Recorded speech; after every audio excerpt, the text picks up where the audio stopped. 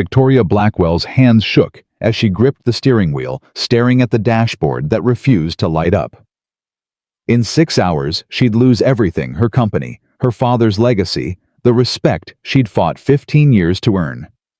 The Porsche that never failed her had died in a mechanic's parking lot, and the man sliding out from under a truck looked like he couldn't fix a bicycle. But when he met her eyes and said, "Someone tried to kill you," everything she thought she knew about strength, survival, and second chances shattered. This wasn't about a car anymore. Comment what city you're watching from. I want to see how far Victoria's story travels. The coffee had gone cold an hour ago, but Victoria Blackwell couldn't taste it anyway. She'd lost that ability somewhere around her 35th birthday, the same year she'd stopped crying, stopped hoping, stopped feeling much of anything except the constant hum of ambition that kept her heart beating. The boardroom had emptied 20 minutes earlier, her executives scattering like startled birds after she'd dismantled their quarterly projections with surgical precision, and now she sat alone in her corner office, 43 floors above Seattle, watching the city lights blur into nothing. Her phone buzzed. Richard Cross, her COO. She ignored it. He'd been circling for months, whispering to board members, planting seeds of doubt about her leadership. Too aggressive, too controlling, too much like her father, and look how that ended. Victoria closed her eyes and saw her father's face, stern, disappointed, even in death. Especially in death. "Miss Blackwell." Her assistant's voice crackled through the intercom. "Your car is ready downstairs." "Thank you, Jennifer." Professional, distant, the only way she knew how to be. She gathered her briefcase, her coat, the armor she wore every day. Tomorrow's board meeting would decide everything. Either they'd approve her expansion plan, $50 million into emerging markets, or they'd vote her out and install Richard in her place. 15 years of clawing her way up from the daughter to the CEO would evaporate like morning fog. The elevator descent felt longer than usual, or maybe time just moved differently when you were counting the hours until your execution. 43 floors, to think about everything she'd sacrificed. Her 20s spent in boardrooms instead of building relationships. Her 30s married to quarterly reports instead of the man who'd proposed, and then left when he realized she'd never choose him over the company. Her early 40s alone except for the employees who feared her, and the board members who wanted her gone. The parking garage smelled like concrete and exhaust and failure. Her Porsche 911 GT3 RS sat in its reserved spot, midnight blue under the fluorescent lights. The one thing in her life that had never disappointed her. $300,000 of German engineering that responded to her touch, obeyed her commands, never questioned her decisions. She slid into the driver's seat, custom leather perfectly molded to her body, and pressed the start button. Nothing. She pressed it again. Still nothing. Not even the dashboard lights flickered to life. "No." The word came out strangled, desperate. "No, no, no." She tried a third time, a fourth, her finger stabbing at the button, like she could force the car to obey through sheer will. The same will that had conquered boardrooms and closed billion-dollar deals refused to work on 12,000 pounds of metal and electronics. Victoria's hands found the steering wheel and gripped it so hard her knuckles went white. She couldn't breathe. The garage walls pressed inward. The ceiling dropped lower, and somewhere in the back of her throat, a scream built itself out of 15 years of held-back emotions. But she didn't scream. Victoria Blackwell didn't scream. She called people. "Jennifer?" Her voice came out level-controlled. "My car won't start. Who do we use for executive vehicle service?" Prestige Auto Care. They have a contract with the building." "Call them. I need someone here in the next 30 minutes. "Miss Blackwell, it's almost 8 p.m. They close at—" "I don't care what time they close. Offer them double, triple, whatever it takes." An hour later, Victoria sat in her car, still dead still, mocking her, while a mechanic from Prestige shook his head and delivered the verdict she'd been dreading. "ECU's fried. Completely dead. We'll need to order a new one. Reprogram it could take 4, maybe 5 days. I don't have 5 days. I have 6 hours. Ma'am, there's no way. Then find someone who can. She pulled out her phone, fingers flying across the screen. Jennifer, I need every auto repair shop within 20 miles that works on high-performance imports. Now. 10 phone calls later, Victoria had been laughed at, twice told, maybe next week, 5 times, and hung up on 3 times. The last shop, someplace called Morrison's Auto Repair, in a neighborhood she'd never heard of, didn't even answer. She called again, and again. On the 4th ring, a child picked up. Morrison's Auto, this is Emma. Victoria's brain stuttered. I need to speak to the owner. Dad's under a truck right now. Can I take a message? Tell him. Victoria stopped, regrouped. Tell him I have a Porsche 911 GT3 RS with a dead ECU, and I need it fixed by tomorrow morning. Tell him I'll pay whatever he wants. Okay, but Dad doesn't really care about money. He cares about if he can actually fix it. The honesty in the child's voice was so foreign to Victoria's world that she almost laughed. Can I speak to him, please? Hold on. Muffled sounds. Footsteps. A man's voice in the background, rough and tired. I told you no personal calls during business hours. It's not personal, Dad. It's a lady with a really expensive car. More muffled conversation. Then the phone picked up again, and a male voice said, This is Jake Morrison. Mr. Morrison, my name is Victoria Blackwell. I'm the CEO of Blackwell Automotive, and I have a crisis. My Porsche's computer is dead. I have the most important meeting of my life tomorrow at 6 a.m. and I've called every shop in Seattle. You're my last option. Silence on the other end. Then, what year? What year is the Porsche? 2024. GT3 RS. Custom build. And the ECU just died. No warning lights. No performance issues before. Nothing. It was fine when I parked this morning. That's not how ECUs fail, Miss Blackwell. They give warning signs. Days, sometimes weeks of diagnostic codes, performance degradation. Well, this one didn't. So can you fix it or not? Another pause. Victoria heard background noise, tools clanging, someone welding, the sounds of actual work being done. Where are you now? My office parking garage, downtown. I can come look at it, but I'm not making any promises. If the ECU's dead, we're talking about sourcing parts that might not be available. Reprogramming that requires factory software I might not have access to. Mr. Morrison. Victoria's voice dropped into the register that made junior executives stutter. I'm not interested in excuses or explanations. I'm interested in results. Come look at my car. If you can fix it, name your price. If you can't, at least I'll know I tried everything. Give me the address.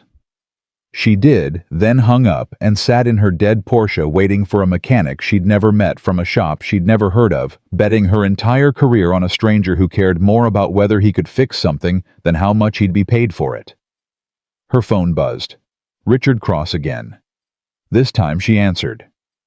Victoria, just checking in before tomorrow's meeting. You're still planning to present the expansion plan? Of course. Good, good. I know some board members have concerns, but I'm sure you'll address them. You always do. His voice carried false warmth like oil floating on water. By the way, I heard your car had some trouble tonight. Victoria's blood went cold. How did you know that? Jennifer mentioned it when I called earlier. I hope it's nothing serious. You know how important tomorrow is. It's handled. Of course it is. You always handle everything, don't you? That's what I admire about you, Victoria. Your refusal to ask for help, even when you should. He paused just long enough for the words to sink in. See you tomorrow. The call ended, and Victoria sat in the silence, her mind racing. Richard knew about the car. He'd called it trouble before she'd told him what kind of trouble. And that pause, that deliberate pause before, even when you should, it felt like a threat wrapped in concern. Her phone buzzed again. Unknown number. This is Victoria. Miss Blackwell, Jake Morrison. I'm pulling into your garage now. Black Ford F-150. Where are you parked? Level P3 Executive Section, Space 301. 3 minutes later, a truck that had seen better years rumbled up to her Porsche. The contrast was almost funny. Her car probably cost more than his truck's entire Blue Book value times 10. A man climbed out mid-40s wearing jeans and a work shirt with Morrison's stitched across the chest. Grease stained his hands. His boots had seen a decade of hard use, and he moved with the economical grace of someone who'd learned that wasted motion meant wasted time. Behind him, a girl, the daughter Emma, bounced out of the passenger seat. Maybe 10 years old, ponytail, curious eyes. "You brought your child to a parking garage at 9 p.m., Victoria asked before she could stop herself. "School break. Mrs. Rodriguez couldn't watch her tonight."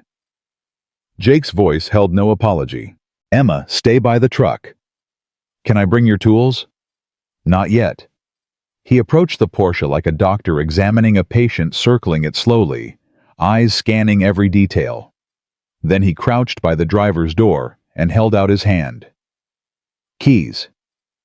Victoria handed them over, and something about the gesture felt oddly intimate, trusting this stranger with access to the one thing in her life that had never failed her. Jake slid into the driver's seat, his frame too big for the space designed for her smaller build, and pressed the start button. Nothing. He tried again. Still nothing. Then he popped the hood, got out, and spent 5 minutes just staring at the engine bay, occasionally reaching in to touch a wire, check a connection. Victoria stood beside him, arms crossed, watching. "Well, give me a minute." "I don't have a minute. I have 5 hours until I need to be in a hotel room trying to sleep before the most important day of my career." He didn't look up. "Then you should probably head to that hotel because this is going to take longer than a minute." "Excuse me." Now he looked at her, and his eyes, dark, tired, but somehow kind, held hers without flinching. "Miss Blackwell, I could rush this. I could poke around, make guesses, maybe get lucky. Or I could do it right. Which do you want?" "I want my car fixed." "Then let me work." He pulled out his phone, turned on the flashlight, and bent back into the engine bay. Victoria stood there useless while this mechanic did things she didn't understand with her car that represented everything she'd built. Emma appeared at her elbow, offering a bottle of water. "Dad says most people get dehydrated when they're stressed. You look stressed." "I'm fine." "That's what Dad says too, but Mrs. Rodriguez says men and women who say they're fine are usually the least fine people." Emma tilted her head, studying Victoria with the brutal honesty only children possessed. "Are you rich?" "Emma." Jake's voice carried a warning from under the hood. "What I'm just asking. The car's really expensive and her watch probably costs more than our house." Victoria looked down at her Patek Philippe. The girl wasn't wrong. "Yes, I'm rich." "Does it make you happy?" The question landed like a punch to the chest. That's not really how it works." "So no, Emma tools." Jake's hand emerged from the engine bay, palm up. "The multimeter." The girl ran to the truck and returned with a yellow device Victoria didn't recognize. Jake took it, plugged leads into various connections, studied the readout. His face changed, jaw tightening, eyes narrowing. "What?" Victoria demanded. "What is it?" "Your ECU's fried like the other mechanic said, but it didn't fail naturally." "What does that mean?" Jake straightened, holding up his multimeter. "This reads voltage. Your battery should show 12.6 volts at rest, maybe 14.5 when charging. I'm reading 15.2 volts in several circuits. That's way too high." "In English, please." "Someone overcharged your battery system, deliberately. The voltage spike fried your ECU and probably damaged other components too." He met her eyes. "Miss Blackwell, this wasn't a malfunction. This was sabotage." The parking garage tilted sideways. Victoria's hand found the Porsche's hood to steady herself. "That's impossible." "I'm looking at the evidence. Someone with knowledge of automotive electrical systems deliberately damaged your car. Who would? But she knew. The phone call from Richard. His comment about her car trouble before she'd told him the details. His suggestion that she should ask for help. Oh God. You know who did this. I don't know. I can't prove anything. Victoria's mind raced connecting dots she'd been too busy to see. My COO. He wants my job. Tomorrow's board meeting could give it to him. If I don't show up, you lose everything. Yes. Jake looked at his daughter, then back at Victoria. I can fix this. You said it would take days. It will take me until 5 a.m. if I work straight through without sleep. I'll need to source an ECU from a Porsche in a junkyard reprogram it, install it, test every electrical circuit. It's going to be close. Why would you do that? Work all night for someone you don't know. He studied her face, and Victoria felt exposed in a way that had nothing to do with the fluorescent lights. Because somebody tried to hurt you, and I really don't like bullies. Also, Em.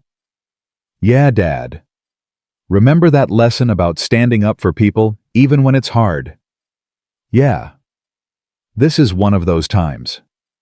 Emma nodded solemnly, like her father had just explained quantum physics instead of basic human decency. Victoria's throat tightened. I'll pay you $10,000. Cash. Tonight.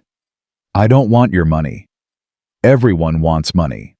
Not everyone. Jake pulled out his phone, started scrolling through contacts. I want something else. Name it. When I fix your car when you walk into that boardroom tomorrow and show your COO that he didn't win that sabotage, doesn't beat skill and determination. I want you to remember something. What? That the guy who saved your career was a mechanic you'd never met. That intelligence and worth don't come from titles or bank accounts. That sometimes the people you overlook are the ones who'll show up for you when everyone else is trying to tear you down. Victoria stared at him. In 15 years of cutthroat business, no one had ever asked her for something that simple and that profound. Deal. Her voice cracked. But I still want to pay you. We'll figure that out after. Right now, I need to make some calls, wake up some people who won't be happy about it, and turn your car into my top priority. He looked at Emma. You good to help? I'm always good to help. That's my girl. Miss Blackwell, you should go home, get some rest. I'll call you when it's done. I'm staying. Ma'am, it's my car, my career, my life. Someone just tried to sabotage. I'm not going anywhere. Jake studied her for a long moment, then nodded. All right. But you're going to be bored. Most of fixing things is just patience and repetition. I'll manage. What Victoria didn't say, couldn't say, was that she hadn't felt this alive in years. Standing in a parking garage at 9:30 on a Tuesday night watching a mechanic and his daughter prepare to save her entire world, she felt something crack open in her chest, something that had been frozen so long she'd forgotten it existed. Hope. Jake made his calls, parts suppliers, other mechanics, people who owed him favors. His voice stayed calm, professional, never pleading, just stating facts and asking for help. Within 20 minutes, he had an ECU being pulled from a wrecked Porsche in Tacoma, a diagnostic computer borrowed from a shop in Kent, and 3 other mechanics who promised to owe him big time after this. Emma set up a portable work light. Victoria offered her corporate credit card for the parts Jake refused. She offered to order food he accepted, but insisted on pizza from a specific place in his neighborhood, not from any expensive downtown restaurant. She offered to call her building security to give them access to better lighting. He pointed out that his portable setup was better than anything the building had. At 10 p.m., Jake's friend arrived with the ECU. They spent 30 minutes in hushed consultation, pointing at diagrams on Jake's phone, discussing things Victoria couldn't follow, ignition timing maps, and fuel injection protocols, and CAN bus architecture. At 11 p.m., Victoria's phone rang. Richard Cross. She let it go to voicemail.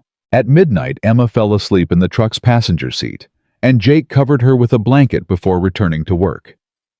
The tenderness in that gesture made Victoria's eyes sting. At 1 a.m., Jake emerged from under the hood grease up to his elbows, exhaustion written in every line of his face, and said, "I need to test something." He got in the driver's seat and pressed the start button. The engine roared to life, that glorious sound Victoria had heard 1,000 times but never appreciated until now. The dashboard lit up like Christmas, every system responding, every circuit flowing with power. Jake let it run for 30 seconds, then turned it off. "ECU's in, programmed. But I need to trace every electrical system, make sure nothing else was damaged. That's going to take another 3 hours minimum." "It's running. I could drive it now." "You could drive it into a wall if the steering assistance fails, or into traffic if the brake system's been compromised. You want to risk your life or just your career?" Victoria thought about Richard's phone call about someone deliberate enough to sabotage her car in a secured parking garage. No, do it right. Smart choice. At 2 a.m., Victoria dozed off in her car's passenger seat and dreamed of her father's funeral. The board members circling her like sharks, their condolences hiding calculations about how quickly they could replace her. She woke with a gasp, disoriented, and found Jake watching her from under the hood. Bad dream. Old dream. Want to talk about it? Not particularly. Fair enough. He went back to work, and Victoria watched his hands scarred, calloused, impossibly skilled trace wires through the engine bay, with surgeon's precision. Every movement deliberate. Every test methodical. No shortcuts. No guesses. Just competence built over years of learning how things break and how to fix them. "Mr. Morrison." "Jake." "Jake, can I ask you something?" "Shoot." "Why do you do this, fix cars in a small shop, when you clearly have skills that could earn you more money somewhere else?" His hands paused. "You ever have something you're good at that doesn't make you happy?" "My entire career." "Yeah, I used to design guidance systems for aerospace. Satellites, missiles, things that go into orbit. Good money, great benefits, impressive title." He resumed testing connections. "Then my wife got cancer, stage 4, 9 months from diagnosis to funeral, and I realized I'd spent years launching things into space when I should have been launching my daughter's dreams." Victoria's chest tightened. "I'm sorry." "Me too. But after Sarah died, I looked at Emma and thought about what kind of father I wanted to be. The kind who works 80-hour weeks on projects that don't matter, or the kind who shows up for school plays and teaches her how to fix things when they break." He glanced up. "Turns out fixing cars pays enough to keep us fed and gives me enough time to actually raise my daughter. So here I am. Do you ever regret it? Giving up that career?" "Every time I pay bills." He smiled, tired but genuine. "But not when Emma shows me a perfect score on her math test, or when she figures out a problem I'm working on, or when she tells me I'm the best dad in the world. Those moments worth more than any satellite I ever launched." Victoria thought about her own choices, the relationships sacrificed, the experiences missed, the life unlived in pursuit of success that felt increasingly hollow. "I don't have moments like that." "You could." "It's too late. I'm 43. I've built this life, this career. I can't just—" "Miss Blackwell." Jake's voice was gentle but firm. "I'm 45. I rebuilt my entire life at 42. It's never too late to choose different." Before Victoria could respond, Emma stirred in the truck, then climbed out, rubbing her eyes. "Dad." "How much longer?" "Hour, maybe 2. Go back to sleep, baby." "Can't. I'm hungry." Jake checked his watch. "Pizza place is closed. I can—" "There's a diner 2 blocks from here," Victoria offered. "Opens at 4. We could walk there, get breakfast." "Miss Blackwell, you should rest." "I'm not sleeping anyway, and I haven't been to a diner in 15 years. I think I'm due." So at 3:45 a.m., Victoria Blackwell, CEO of a multi-billion-dollar company, wearing a suit that cost more than most people's monthly rent, walked to an all-night diner with a mechanic and his 10-year-old daughter. They sat in a cracked vinyl booth, ordered coffee that tasted like regret, and pancakes that tasted like childhood, and talked about things that had nothing to do with business. Emma explained her science fair project, something about renewable energy, that went over Victoria's head. Jake told a story about a customer who'd tried to fix his own transmission with YouTube videos and made everything worse.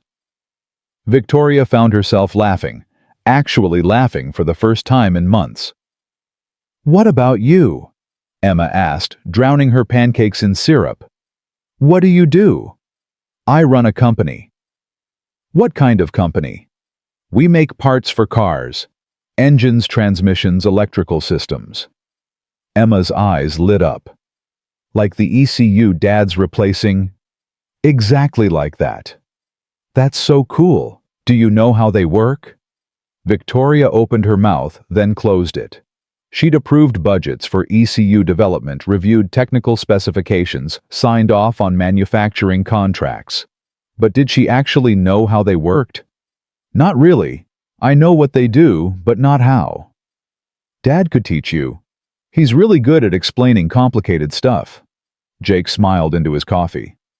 "I don't think Miss Blackwell needs automotive lessons." "Why not?" "She's got an automotive company. Shouldn't she know how stuff works?" The logic was so simple and devastating that Victoria couldn't argue. "You're right. I should know." They finished breakfast as dawn started painting the sky gray-pink. Jake paid the bill over Victoria's protests, and they walked back to the parking garage in companionable silence. The city was waking up, delivery trucks, early commuters, the daily machinery of commerce grinding into motion. Victoria's phone buzzed. 5 a.m. 1 hour until she needed to be in the boardroom. Jake was under the hood when they returned, running final tests. The multimeter beeped, connections clicked, and finally he straightened, wiping his hands on a rag that made them worse instead of better. "Start it up." Victoria got behind the wheel and pressed the button. The Porsche purred to life, perfect, responsive, alive. Every dashboard light came on exactly as it should. Every system responded. It felt like coming home after a long, terrible journey. Jake leaned in the window. "All electrical systems tested and certified. You're good to go." "How much?" "We talked about this." "Jake, you worked all night. You called in favors. I did what needed doing. You can pay for the parts. That's $600. Everything else." He shrugged. "Consider it an investment in making sure good people don't lose to bad people." Victoria pulled out her checkbook, wrote a check for $20,000, and handed it to him before he could protest. $600 for parts. The rest is for your daughter's college fund, non-negotiable. Miss Blackwell. Victoria. "And I mean it, Jake. You gave me back more than my car tonight. The least I can do is make sure Emma has every opportunity my money can buy." He looked at the check, then at his daughter, then back at Victoria. "Thank you." "Thank you." Victoria started to back out, then stopped. "Jake, that thing you wanted me to remember. Yeah. I won't forget. Ever." She drove out of this parking garage as the sun finally broke over Seattle's skyline, and for the first time in 15 years, Victoria Blackwell believed that maybe, just maybe, there were still people in the world worth trusting. Her phone rang. Richard Cross. This time she answered. "Good morning, Richard." "Victoria, I've been trying to reach you all night. Everything okay?" "Everything's perfect. See you in 45 minutes. She hung up before he could respond and smiled. The board meeting started at 6 a.m. sharp. Victoria walked into the conference room with 3 minutes to spare, carrying her presentation materials and a confidence she hadn't felt in months. Richard sat at the far end of the table, surrounded by his allies and his face. When he saw her, the flicker of shock, quickly masked by false warmth, told her everything she needed to know. He'd expected her to fail. Expected her to miss this meeting. Expected his sabotage to work. "Victoria, wonderful to see you. I trust everything's well with your vehicle?" "Fixed. Thank you for your concern." "Oh, I'm surprised. Jennifer said it was quite serious. It was. Fortunately, I found someone skilled enough to handle it. Victoria set up her laptop connected to the projector. Shall we begin? The presentation lasted 90 minutes. Victoria walked the board through every detail of her expansion plan: market analysis, risk assessment, projected returns.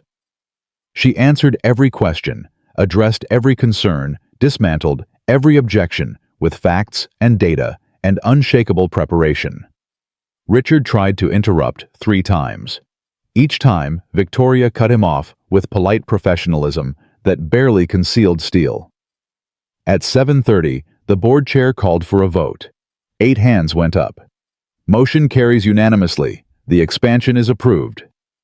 Victoria looked at Richard and smiled. Thank you for your support. His face could have cut glass. The meeting ended, and Victoria gathered her materials, riding the adrenaline high of victory. She'd done it, survived the night, won the day, proved that sabotage didn't beat skill and preparation. Her phone buzzed.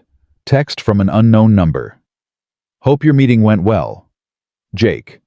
Victoria smiled and typed back, better than well, thank you again. His response came immediately. Emma wants to know if you'll come to her science fair next Tuesday. She says you need to learn how things work. Victoria looked at her calendar. She had 3 meetings scheduled that afternoon. All of them suddenly felt less important than a 10-year-old science fair. I'll be there. Victoria stood in the hallway outside the boardroom, her hands trembling so badly she had to clasp them together. The victory should have felt sweeter. The board's unanimous approval should have filled the hollow spaces inside her chest.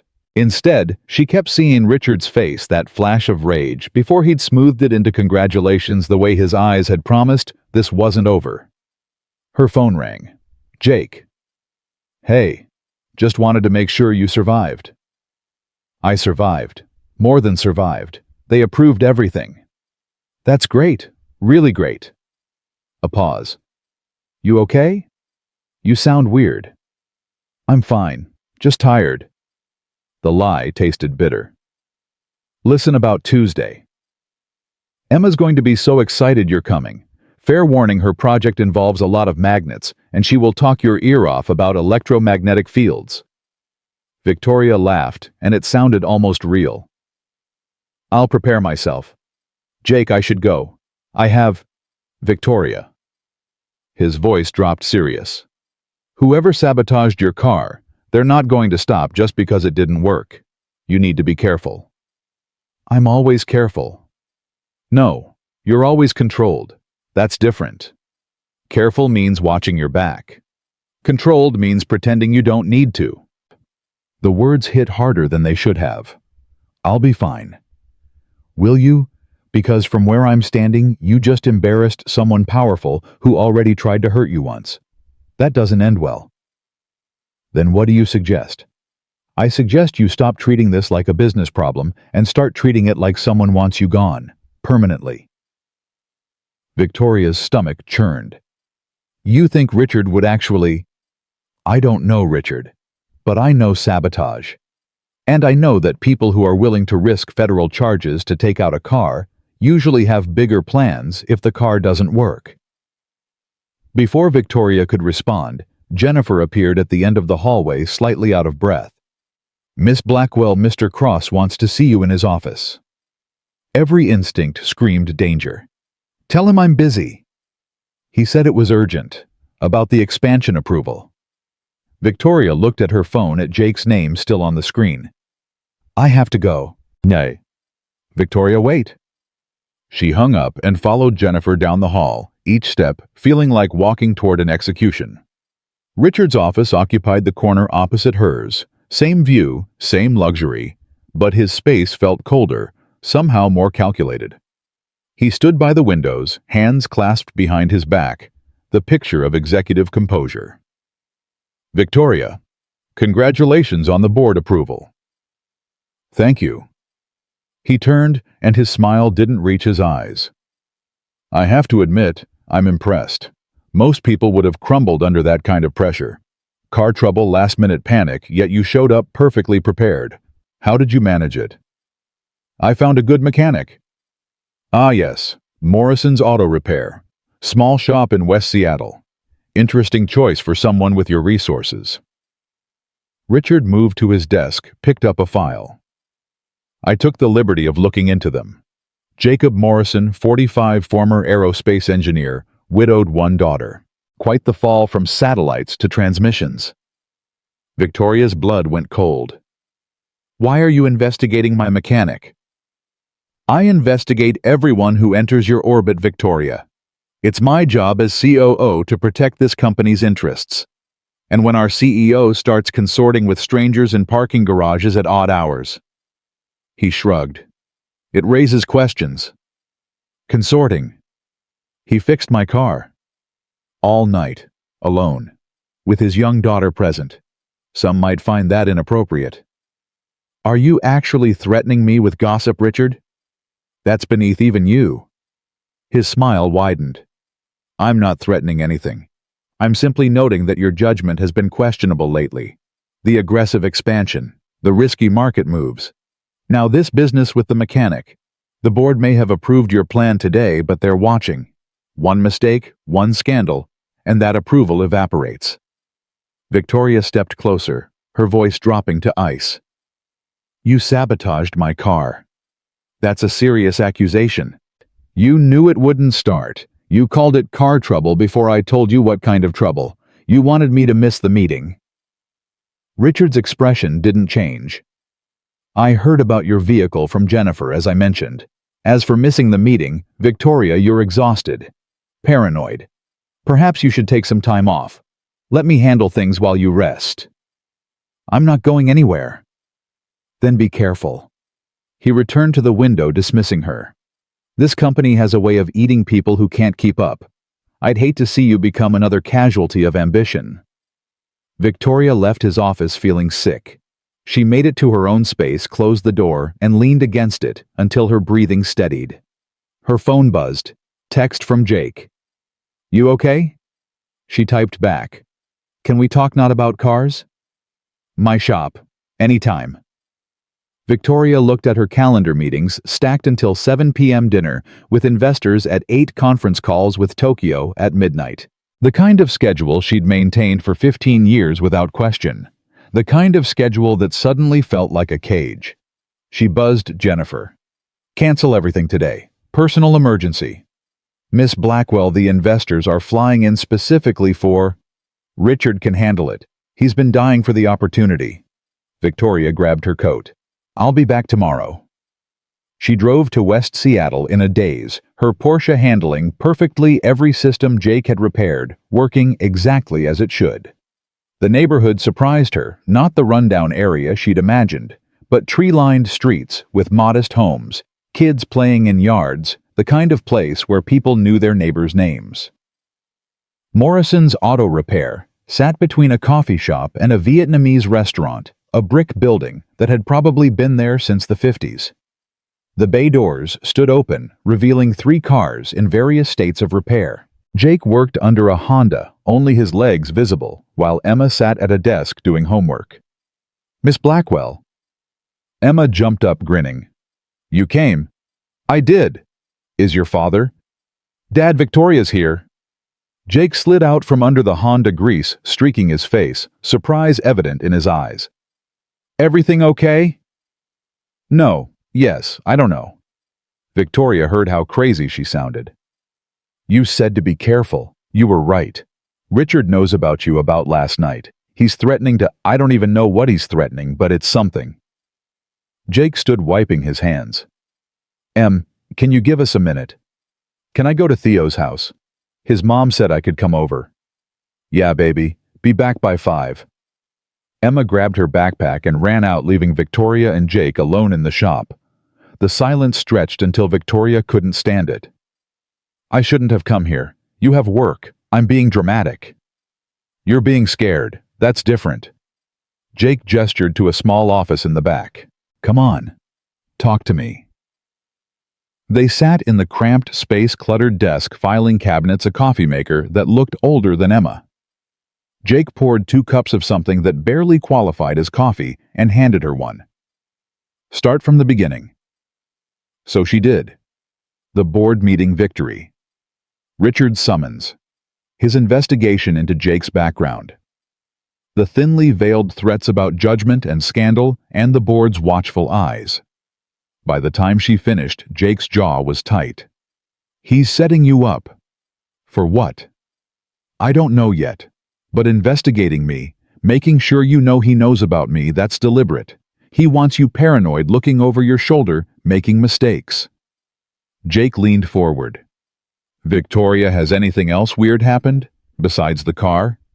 She thought about it. My apartment building had a security breach last week. They said it was a false alarm, and someone accessed my office after hours. Monday night security footage showed a maintenance worker, but when I asked about it, building management couldn't find any record of scheduled maintenance. Jesus, you didn't think that was important? I thought it was coincidence. There's no such thing as coincidence when someone's trying to take you down. Jake pulled out his phone. I know a guy. Former cop, does private security now. He owes me a favor. Jake, I can't drag you deeper into this. Too late. The second Richard started investigating me, I was already in it. He met her eyes. Besides, you came here for help, so let me help. Victoria's throat tightened. When was the last time someone had offered help without expecting something in return? Why are you doing this? Because you need it. And because Emma would never forgive me if I let something happen to the lady who's coming to her science fair. Despite everything, Victoria smiled. She's something else, your daughter. Yeah, she gets that from her mom. Sarah was... He stopped, cleared his throat. She would have liked you. She always said the most interesting people were the ones who built walls around themselves, because it meant they had something worth protecting inside. Was she right? I don't know yet. Still trying to figure out what you're protecting. Before Victoria could answer, Jake's phone rang. He glanced at the screen and frowned. Sorry, I need to take this. Customer emergency. He stepped out, leaving Victoria alone in the office. She looked around at the organized chaos, invoices pinned to corkboards, photos of Emma at various ages, a drawing labeled, "My Dad the Best Mechanic," in crayon. This was a life built on different values than hers. Smaller maybe, but somehow fuller. Her own phone buzzed. Email from the board secretary. Emergency meeting called for Thursday 9 a.m. Your attendance required. Victoria's hands went numb. Emergency meetings meant trouble. They meant votes. They meant Richard had made his move. Jake returned, his face grim. That was Frank Peterson, my security guy. He did some digging into your building's maintenance records. And the guy who accessed your office Monday doesn't exist. The credentials were faked. Professional job. Someone who knows how to bypass corporate security systems. So Richard hired someone to break into my office. Why? Looking for something, planting something, could be anything. Jake sat down heavily. Victoria, this is bigger than car sabotage.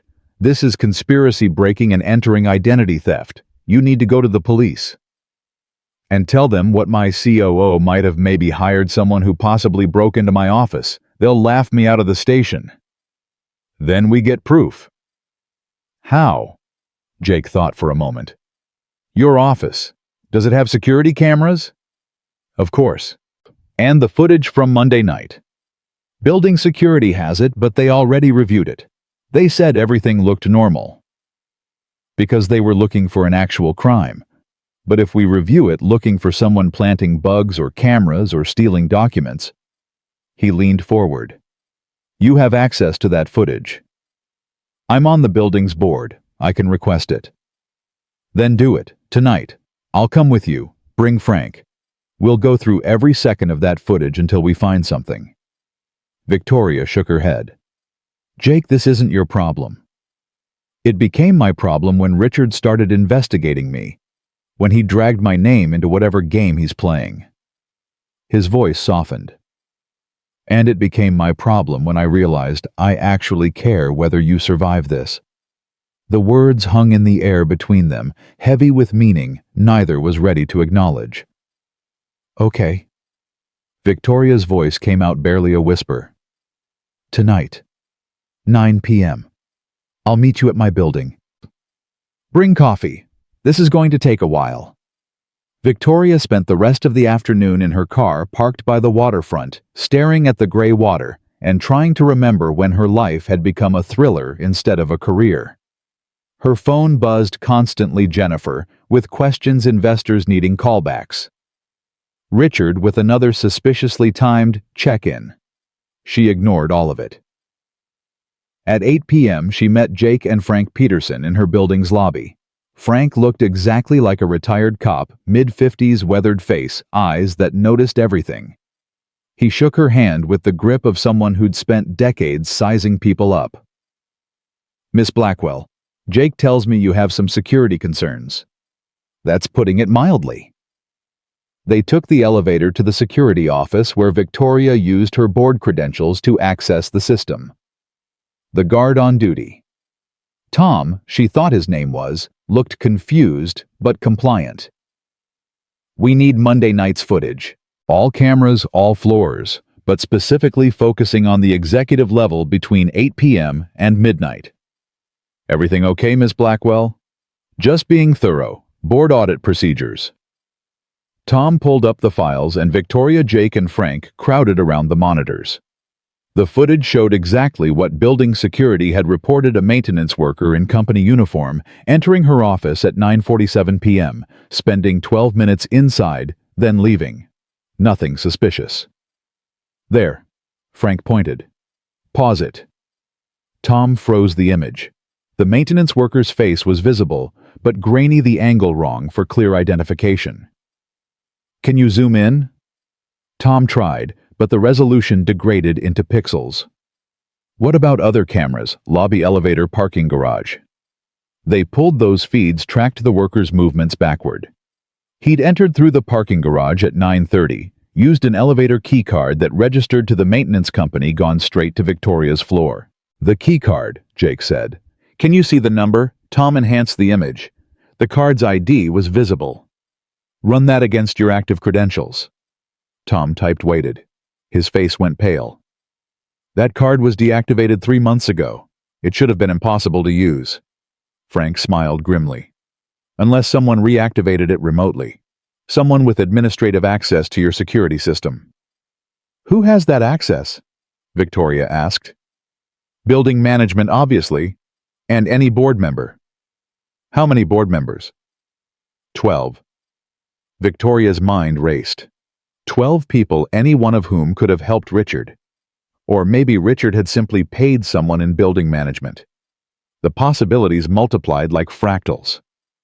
Keep going, Frank instructed. Let's see where this guy went after leaving Miss Blackwell's office. They tracked the maintenance worker to the parking garage, watched him get into a black sedan with plates too blurry to read, drive away at 10:18 p.m. Dead end. Wait. Jake leaned closer to the screen. Go back to when he's in her office. Can you show the interior camera? Tom pulled up Victoria's office feed. The worker spent most of his time at her desk, occasionally moving to the filing cabinets, once approaching the bookshelf behind her chair. What's on that bookshelf? Jake asked. Victoria tried to remember. Books mostly. Some awards. Family photos. Photos of who? My father. My mother. My college graduation. She paused. Why? Because he spent 3 full minutes examining them. That's not maintenance work. That's intelligence gathering. Frank nodded. He's building a profile, learning who you care about, what matters to you. Classic setup for a manipulation campaign. Or blackmail, Jake added quietly. Victoria felt sick. There's nothing to blackmail me with. My life is an open book, all work, no scandal. Everyone has secrets, Miss Blackwell. Sometimes we just don't realize which ones matter until someone exploits them. They watched the rest of the footage in silence. The worker left nothing obvious behind, disturbed nothing noticeably. But Victoria now understood that absence of evidence wasn't evidence of absence. He'd been there. He'd invaded her space. And somewhere in those 12 minutes he'd taken or planted something that would come back to haunt her. "We need to sweep your office," Frank said. "Check for bugs, cameras, anything that doesn't belong." "When?" "Now, tonight, before whoever's watching realizes you're looking." They left the security office and took the elevator to the 43rd floor. The executive level was empty, silent, except for the hum of climate control and distant traffic. Victoria unlocked her office, and the familiar space suddenly felt foreign, violated. Frank pulled equipment from a bag, scanners, probes, devices Victoria didn't recognize. He worked methodically, checking outlets, phones, even the underside of her desk. Jake searched the bookshelf, the filing cabinets, anywhere someone might hide something small. "Victoria." Jake's voice was tight. "Come look at this." She joined him at the bookshelf. He'd removed a framed photo of her father, the one from his last board meeting, before he died, stern and proud, and already sick, though none of them knew it yet. Behind the frame, tucked into the backing, was a small black device, no bigger than a quarter. "What is it?" Frank came over, examined it without touching. "Audio recorder, passive, activated by sound. It's been recording every conversation in this office since Monday." Victoria's knees went weak. Every call, every meeting, every private moment she'd thought was safe. "Can you tell who's listening?" "These things upload to a remote server. Could be anyone with the access codes." Frank carefully removed the device, sealed it in an evidence bag. "But this is illegal surveillance, federal crime. You can take this to the FBI." "No." Victoria's voice was flat. "Not yet. If I go to the FBI now, Richard goes underground, covers his tracks, and I still lose everything. I need more than a bug. I need proof he planted it. Proof he sabotaged my car. Proof of conspiracy." "That could take weeks," Frank warned. "Meanwhile, he knows what you know. He's been listening." "Then let him listen." Victoria pulled out her phone. "Jake, I need to ask you something, and I need you to trust me." "Okay. Tomorrow call my office, around 10 a.m. Ask me about the expansion deal, specifics, numbers, timelines. I'll give you information that sounds confidential." "Why?" "Because Richard's been listening to everything. If I want him to make a mistake, I need to give him bait he can't resist." Jake and Frank exchanged looks. Finally, Frank nodded.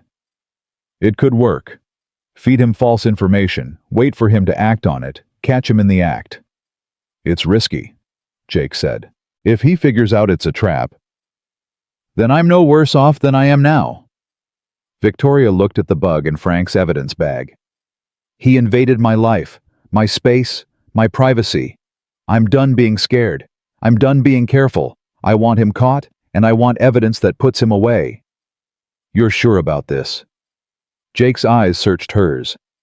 "I've never been more sure of anything." They left the building at midnight, Victoria carrying the bug like it was nuclear material. Frank promised to have it analyzed, see if they could trace the server, identify who had access. Jake walked her to her car, and the parking garage felt different now, not safe, not hers, just another place someone could hurt her. "You're going to be okay," Jake said. "You don't know that." "No.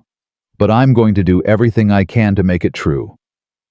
Victoria looked at this man who'd somehow become essential to her survival in less than 48 hours. "Why do you even care? You barely know me." "I know you showed up at my shop covered in grease and desperation. I know you ate diner pancakes at 4 a.m. with my daughter and didn't complain once. I know you're fighting for something you built against people who want to tear it down." He smiled. "That's enough." "Is it? Emma thinks you're brave. And my daughter's usually right about people." Victoria felt tears threaten and blinked them back hard. "I should go.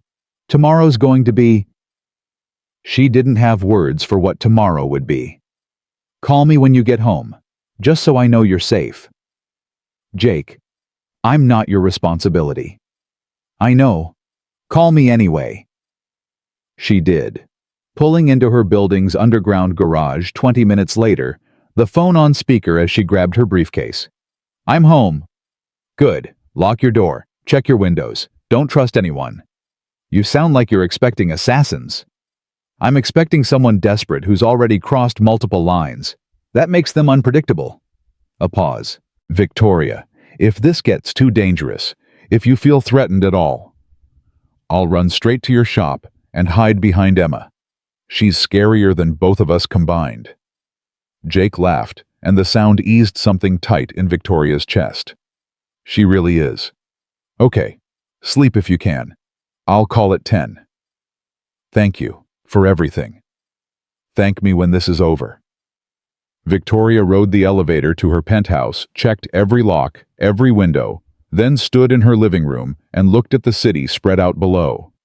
Somewhere out there, Richard was planning his next move. Somewhere evidence existed that could save her or destroy her.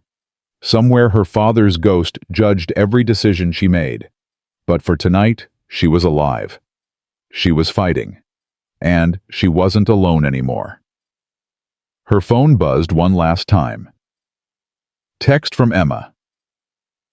Dad says you're in trouble. If you need someone to spy on the bad guys, I'm really good at being quiet. Also, I can bring Mr. Whiskers. He's my cat and he's very intimidating. Victoria smiled through tears she hadn't realized were falling and typed back, I'll keep that in mind. Thank you, Emma. Anytime. Adults are weird, but you're less weird than most. Highest compliment I've received all year. Dad says go to sleep now. He's bossy when he's worried. He's right to be bossy. Good night, Emma. Good night, Victoria. Tomorrow's going to be better. Victoria hoped the child was right. She went to bed still wearing her suit phone clutched in one hand like a lifeline and dreamed of parking garages and bugs and mechanics who showed up when you needed them most. Tomorrow she'd set the trap. Tomorrow the war would begin in earnest. Tonight she just needed to survive until dawn. Dawn came too quickly. Victoria woke at 5:30 to her phone buzzing with emails, each one a small detonation in the careful trap she was setting. The board meeting scheduled for Thursday had been moved up to this afternoon at 2. Richard's doing, obviously. He was accelerating whatever endgame he'd planned, and Victoria had less than 9 hours to be ready. She showered dressed in her armor, the Armani suit that made her feel invincible even when she wasn't, and arrived at the office by 6:45. Jennifer was already there looking frazzled. Miss Blackwell, thank God. Mr. Cross has been asking for you since 6. He says it's urgent. Everything's urgent with Richard. Victoria set down her briefcase deliberately, slow, deliberately calm. Tell him I'll see him at 8. Not before. He said it couldn't wait. Then he can practice patience. I have calls to make. Jennifer hesitated clearly, torn between two executives, then nodded and retreated. Victoria closed her office door, pulled out her personal phone and texted Jake. Meeting moved to 2 p.m. Need the call at 9:30 instead of 10. Can you do it? His response came immediately. Yes, Frank's analyzing the bug now. Found something interesting. Tell me. Not over text. After the call. Victoria's stomach twisted, but she forced herself into CEO mode. She had an hour to prepare to review her notes to make sure every word she said during Jake's call would be convincing enough to fool Richard, but false enough to catch him when he acted on it. At 8 precisely, she walked to Richard's office. He sat behind his desk perfectly composed, except for the tightness around his eyes that said he hadn't slept well either. Victoria, good morning. Richard, you wanted to see me. The board meeting. I assume you've heard it's been moved up. I heard. There are concerns. Several board members have expressed doubts about the expansion timeline, the risk assessment, the allocation of resources. He steepled his fingers. I've tried to defend your proposal, but the questions are legitimate. What questions? Whether you're spreading the company too thin. Whether your judgment is sound, given recent personal issues. He paused. Whether someone else might be better suited to lead this expansion. Someone like you. I didn't say that. You didn't have to. Victoria leaned forward. Let me be clear, Richard. Whatever you're planning, whatever play you think you're making, it won't work. I built this company from the ground up after my father died. I've survived hostile takeovers, market crashes, and board revolts. I'll survive you. I'm not trying to destroy you, Victoria. I'm trying to save you from yourself. His voice dripped false concern. You're exhausted, paranoid, making poor decisions. The incident with your car, this obsession with some mechanic now missing meetings yesterday. I didn't miss meetings. I delegated them. To me, last minute, without proper briefing. He shook his head. The board notices these things. They're worried you're losing control. Victoria stood. Tell the board I'll see them at 2, with a presentation that will address every concern and prove exactly who's fit to lead this company. She left before he could respond, her heart hammering. Back in her office, she forced herself to breathe, to think, to plan. Jennifer appeared with coffee she hadn't asked for, but desperately needed. Miss Blackwell, are you all right? You look... I'm fine. Hold all calls until 9:30. There's one I'm expecting, and I need to take it privately. Of course. Should I? That's all. Thank you, Jennifer. The minutes crawled. Victoria reviewed financial reports she'd memorized years ago, projected growth numbers she could recite in her sleep, anything to keep her mind busy. At 9:28, her office phone rang. She let it ring twice before answering. Victoria Blackwell? Miss Blackwell, it's Jake Morrison. I hope I'm not calling at a bad time. His voice was different, professional, slightly formal, exactly right for a business call. Victoria activated the speakerphone, knowing the bug would pick up every word. Not at all, Mr. Morrison. What can I do for you? I wanted to follow up on our conversation the other night.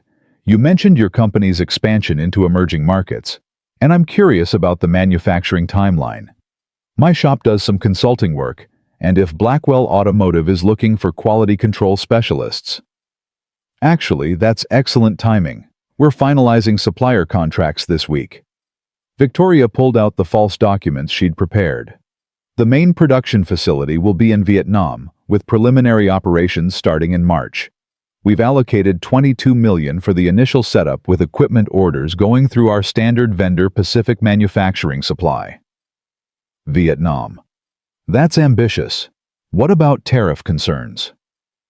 We've structured the deal through a subsidiary in Singapore to minimize tariff impact. The legal team assures me it's completely above board, just creative accounting. She paused. Let that sink in. The board's voting on final approval Thursday, but between you and me, it's essentially a done deal. They talked for another 5 minutes. Victoria layering in details that sounded confidential. Vendor names that didn't exist. Timelines that made no sense. Financial structures that would raise red flags for anyone who knew international manufacturing. Every word was bait carefully crafted to make Richard believe he'd stumbled onto inside information he could use against her. When Jake finally said goodbye and hung up, Victoria sat in silence, staring at the phone. The bug had recorded everything. Richard, or whoever was monitoring the surveillance, now had information suggesting she'd discussed confidential expansion details with an outside consultant, possibly set up illegal tax avoidance schemes, and lied to the board about the deal being essentially done when concerns clearly remained. It was perfect ammunition for someone trying to prove she was unfit to lead. It was also completely fabricated, and the moment Richard acted on it, she'd have proof of his surveillance and conspiracy. Her phone buzzed. Text from Jake. How'd I do? Oscar-worthy. Now we wait. Frank wants to talk to you. Can you meet for lunch? Victoria checked her calendar. She had 3 hours before the board meeting and nothing scheduled except anxiety. Where? That diner, noon. She arrived at 11:45, found Frank and Jake already in a booth, coffee and tension between them. Frank slid a folder across the table as she sat down. The bug we found in your office. We traced the signal. And it uploads to a private server owned by a company called Sentinel Solutions. They're a corporate intelligence firm, basically legal spies for hire. Very expensive, very discreet, very good at covering their tracks. Victoria's hands went cold. Richard hired corporate spies. Someone did. The account is registered to an LLC that's hidden behind 3 layers of shell companies, but we found something interesting. Frank pulled out a printout. One of those shell companies shares a board member with a firm that Richard Cross invested in 2 years ago. The connection's buried, but it's there. That's not proof he hired them. No, but it's a thread we can pull. Combined with the falsified maintenance credentials, the timing of your car sabotage, and now this fake information you fed him. Frank leaned back. We're building a case. Not enough for prosecution yet, but enough to take to your board with credibility. The board meeting's in 2 hours. Then don't reveal everything. Not yet. Jake's voice was firm.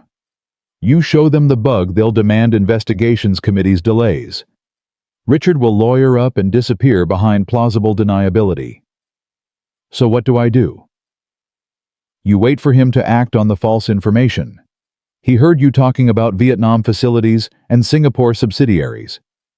If he brings that up in the meeting, tries to use it against you, you've got him. Frank tapped the folder. Because we can prove those companies don't exist. Those contracts were never written, and the only way he could know about them is through illegal surveillance. Victoria's mind raced through scenarios, possibilities, risks. What if he doesn't take the bait? What if he's smart enough to verify before using it? He won't verify. He's desperate.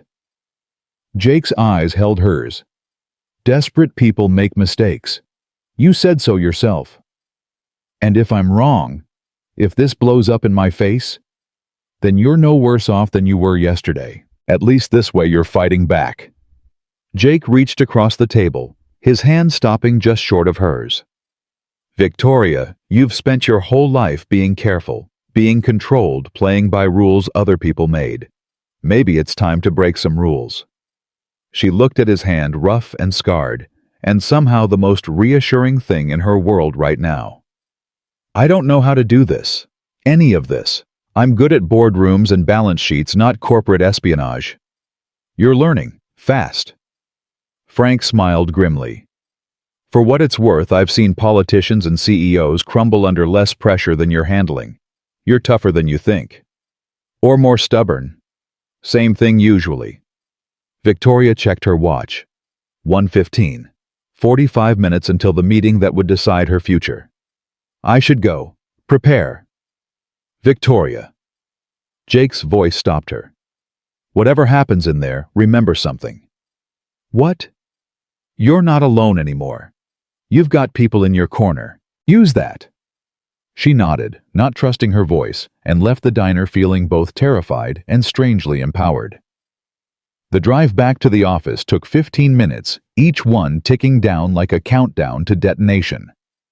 She rode the elevator to the 43rd floor, walked past Jennifer's concerned face, and entered the boardroom at exactly 2 p.m. The 12 board members were already seated, Richard at the far end, looking like a spider in the center of his web. Victoria took her place at the head of the table, opened her laptop and smiled. Good afternoon, everyone. Thank you for making time on such short notice.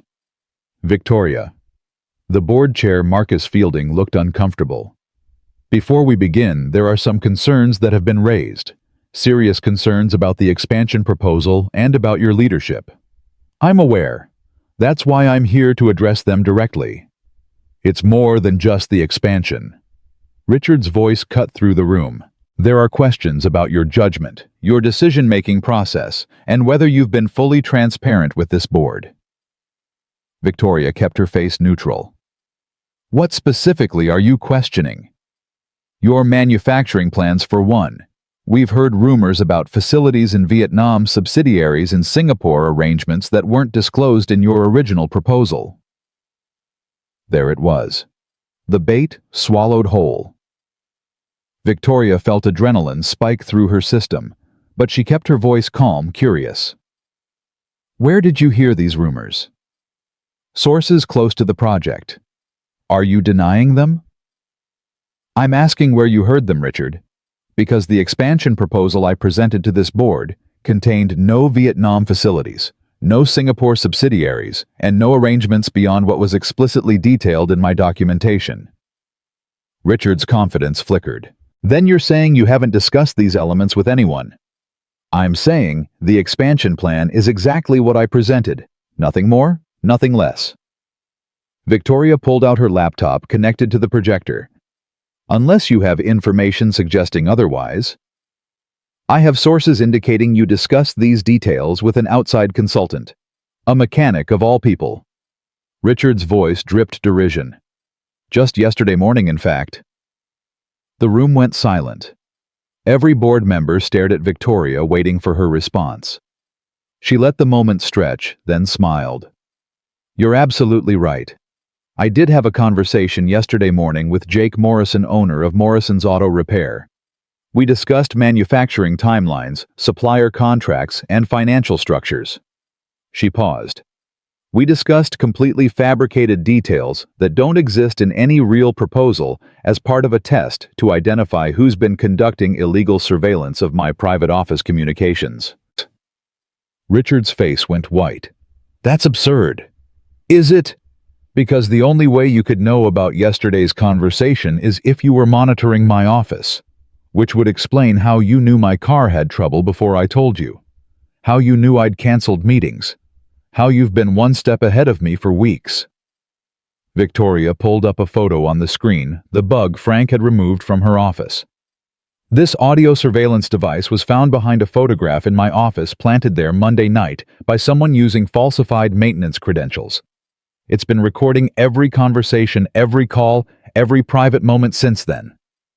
The board erupted in chaos. Voices overlapping questions, shouted accusations flying. Marcus pounded the table for order. This is a serious allegation, Victoria.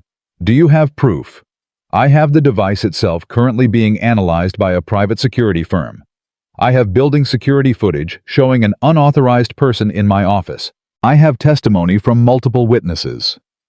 She looked directly at Richard. And I have Richard's own words using information he could only have obtained through illegal surveillance as evidence of conspiracy.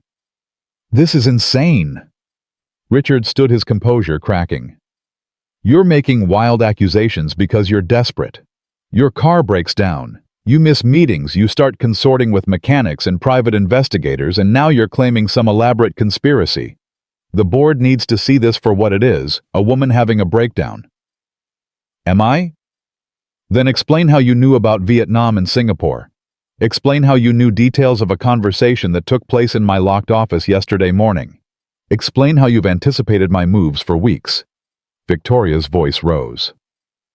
Explain how my car's electrical system was deliberately sabotaged the night before our last board meeting, and how you called it car trouble before anyone told you what kind of trouble it was. Yeah. Richard's mask slipped completely.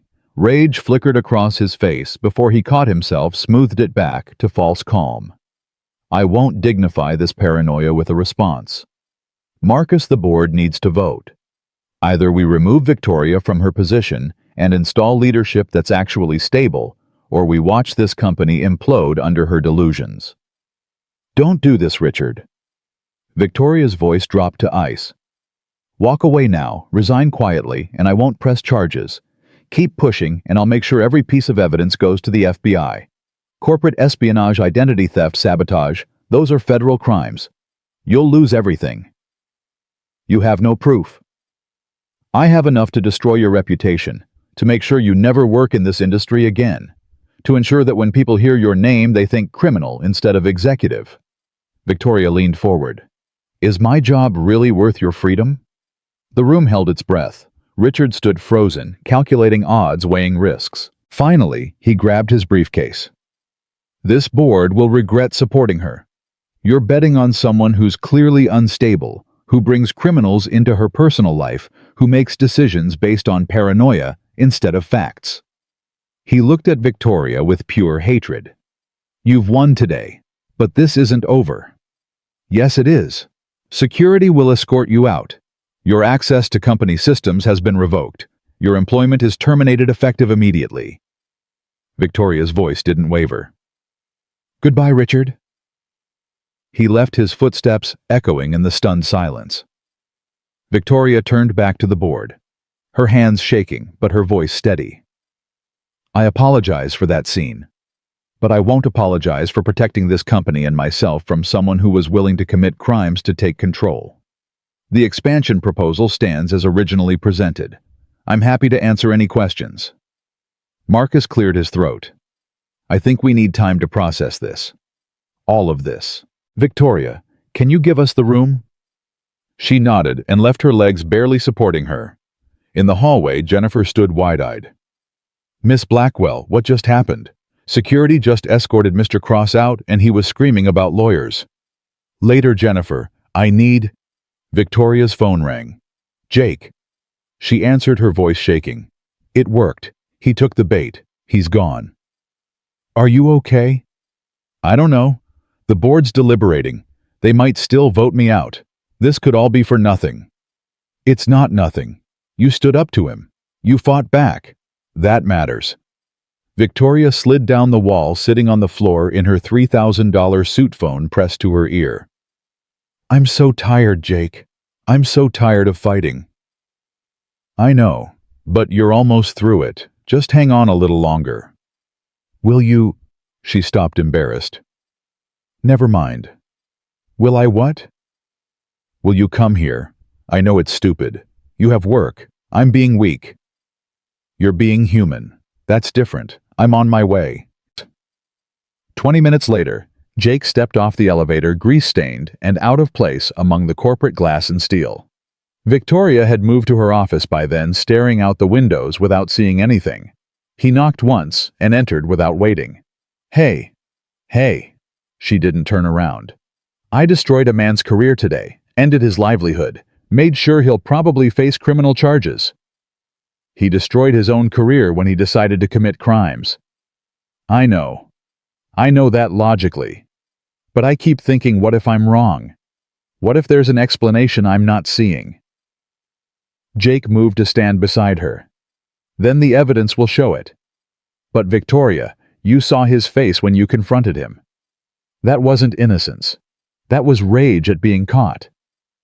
I've never done anything like this before. Business competition, yes. Hostile negotiations, sure. But this... She gestured helplessly. This was personal. Ugly. Mean.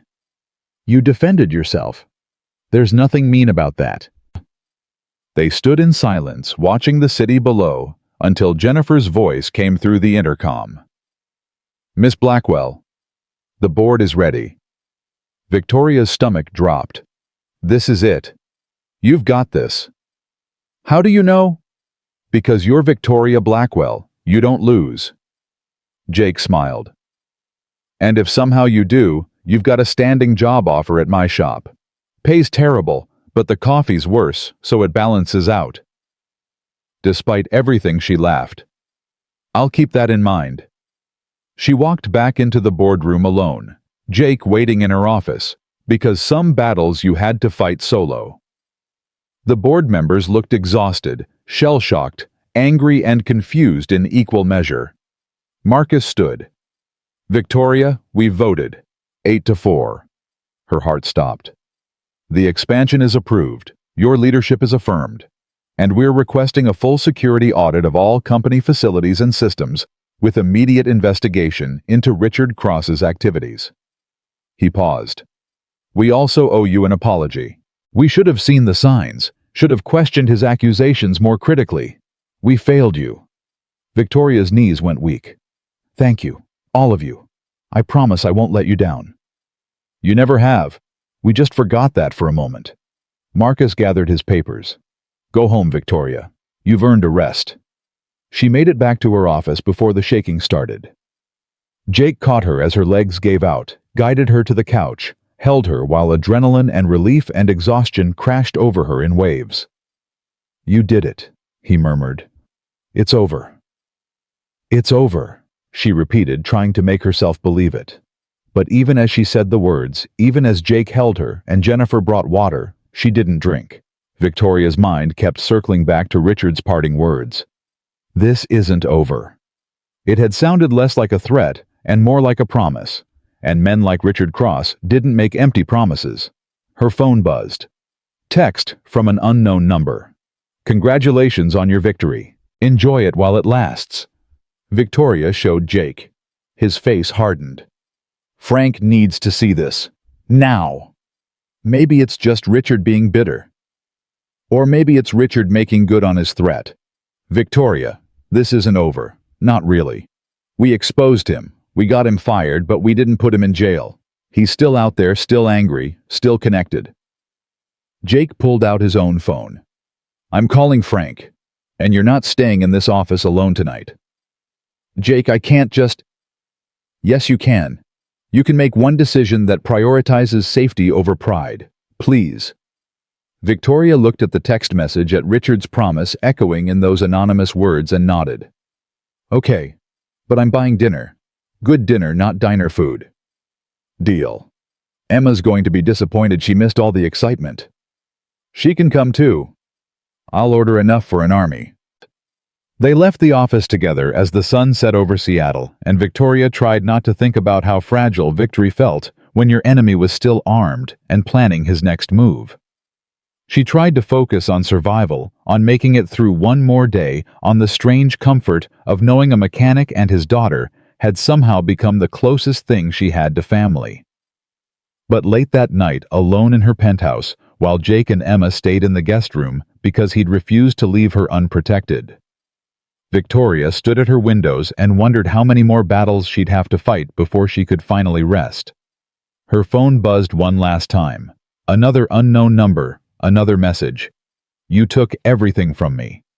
Now I'll take everything from you. Sleep well, Victoria. She didn't sleep at all. Morning found Victoria standing in her kitchen at 5 a.m., making coffee she wouldn't drink while Jake slept on her couch and Emma curled up in the guest bed clutching a stuffed rabbit. The threats from last night sat heavy in her chest. Richard's words looping endlessly through her exhausted mind. You took everything from me. Now I'll take everything from you. Her phone rang, shattering the quiet. Frank Peterson, his voice rough with urgency. Victoria, we have a problem. Big problem. What happened? Richard filed a lawsuit at midnight. He's claiming wrongful termination, defamation, and emotional distress. But that's not the worst part. Victoria's stomach clenched. What's the worst part? He's also filed criminal complaints against you. Harassment, conspiracy to commit fraud, abuse of corporate power. It's all bullshit, but it ties you up in legal proceedings for months, maybe years. He can't do that. We have evidence he committed crimes, not me. He's claiming the bug was planted by you to frame him. That the fake information about Vietnam was you setting him up. That everything you accused him of was actually your own crimes projected onto him. Frank paused. Victoria, he's got lawyers, expensive ones, and they're good. So what do? You get your own lawyers, today, and you prepare for the fight of your life because Richard Cross isn't going down quietly. Jake appeared in the doorway, hair disheveled, concern etched across his face. Victoria ended the call and filled him in, her voice flat with shock. He's suing me. He's pressing charges. He's turned everything around and made me the criminal. That's insane. We have proof. We have a bug that he's claiming I planted. We have fake information that he's saying proves I'm unstable. We have my word against his, and he's got better lawyers. Victoria set down her coffee cup before she threw it. I destroyed my enemy, and he's destroying me back, and I don't know how to stop it. Then we find more evidence. Real evidence he can't twist. Jake pulled out his phone. Frank said Richard's connected to Sentinel Solutions through shell companies. We dig deeper, find the paper trail, prove he paid for surveillance. That could take months. So we work fast. Victoria, you didn't come this far to give up now. I'm not giving up. I'm just... She stopped, swallowed hard. I'm scared. Really scared. Not of losing the company or my reputation. I'm scared that I brought this into your life, into Emma's life. Richard knows about you now. He knows you helped me. What if he comes after you next? Jake crossed the kitchen, took her shoulders gently. Let him try. I've survived worse than angry executives. Have you? Because Richard Cross is vicious and connected, and now he's got nothing to lose? Men with nothing to lose do terrible things. So do women backed into corners. You're stronger than you think. Am I? Because right now I feel like I'm drowning, and every time I surface someone pushes me back under. Emma's voice interrupted from the hallway. Are you guys fighting? You're talking really loud. Victoria wiped her eyes quickly. Sorry, sweetie. Adult stuff. We didn't mean to wake you. I wasn't sleeping. I was listening. Emma padded into the kitchen in her oversized sleep shirt, looking far too serious for a 10-year-old. The bad man is trying to hurt you again. It's complicated, Em. Jake started, but Emma cut him off. It's not complicated. He's mean, and you're nice, and mean people always try to hurt nice people because they're jealous. She looked at Victoria with ancient eyes. My mom used to say that bullies only win if you let them scare you into quitting. Are you going to quit? No. Then he won't win. Emma said it with such certainty that Victoria almost believed it. They spent breakfast planning strategy like generals before battle.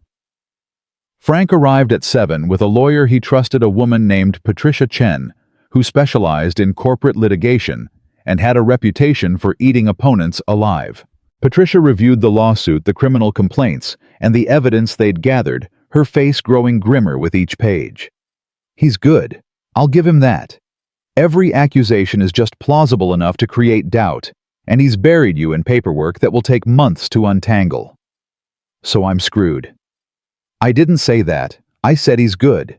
But he made mistakes. Patricia pulled out a highlighter. See here. He claims you planted the bug on Monday night, but building security shows you were at a dinner meeting with investors until 11 p.m. Here. He says you discussed the fake Vietnam deal with multiple people, but if we can prove you only discussed it in your bugged office, that shows he was listening. And here, she tapped another section. He claims emotional distress from your accusations, but his own emails show he was planning to present concerns about your leadership before any of this happened. That's premeditation, not reaction. Victoria felt hope flicker. So we can fight this. We can. It won't be easy, it won't be quick, and it won't be cheap. But yes, we can fight this. Patricia closed the folder. Question is, are you ready for what that means? Depositions. Media scrutiny. Your entire life examined under a microscope. Richard will dig up every mistake you've ever made, every relationship that ended badly, every business decision someone could question. He'll make you the villain and himself the victim, and some people will believe him. Let them. I know the truth. The truth doesn't always matter in court. Perception does. Story does. And right now, Richard's telling a story about a powerful woman who destroyed a man's career to cover her own incompetence. Patricia met Victoria's eyes. We need to tell a better story. We need evidence so overwhelming that his narrative falls apart. How?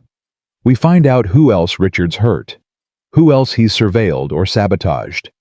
One victim is an accusation. Multiple victims is the pattern. Patterns win cases. Jake leaned forward. The maintenance worker who planted the bug. Can we find him? Sentinel Solutions won't give up client information without a subpoena, and that takes time we don't have. Frank shook his head. But I've got contacts in that world.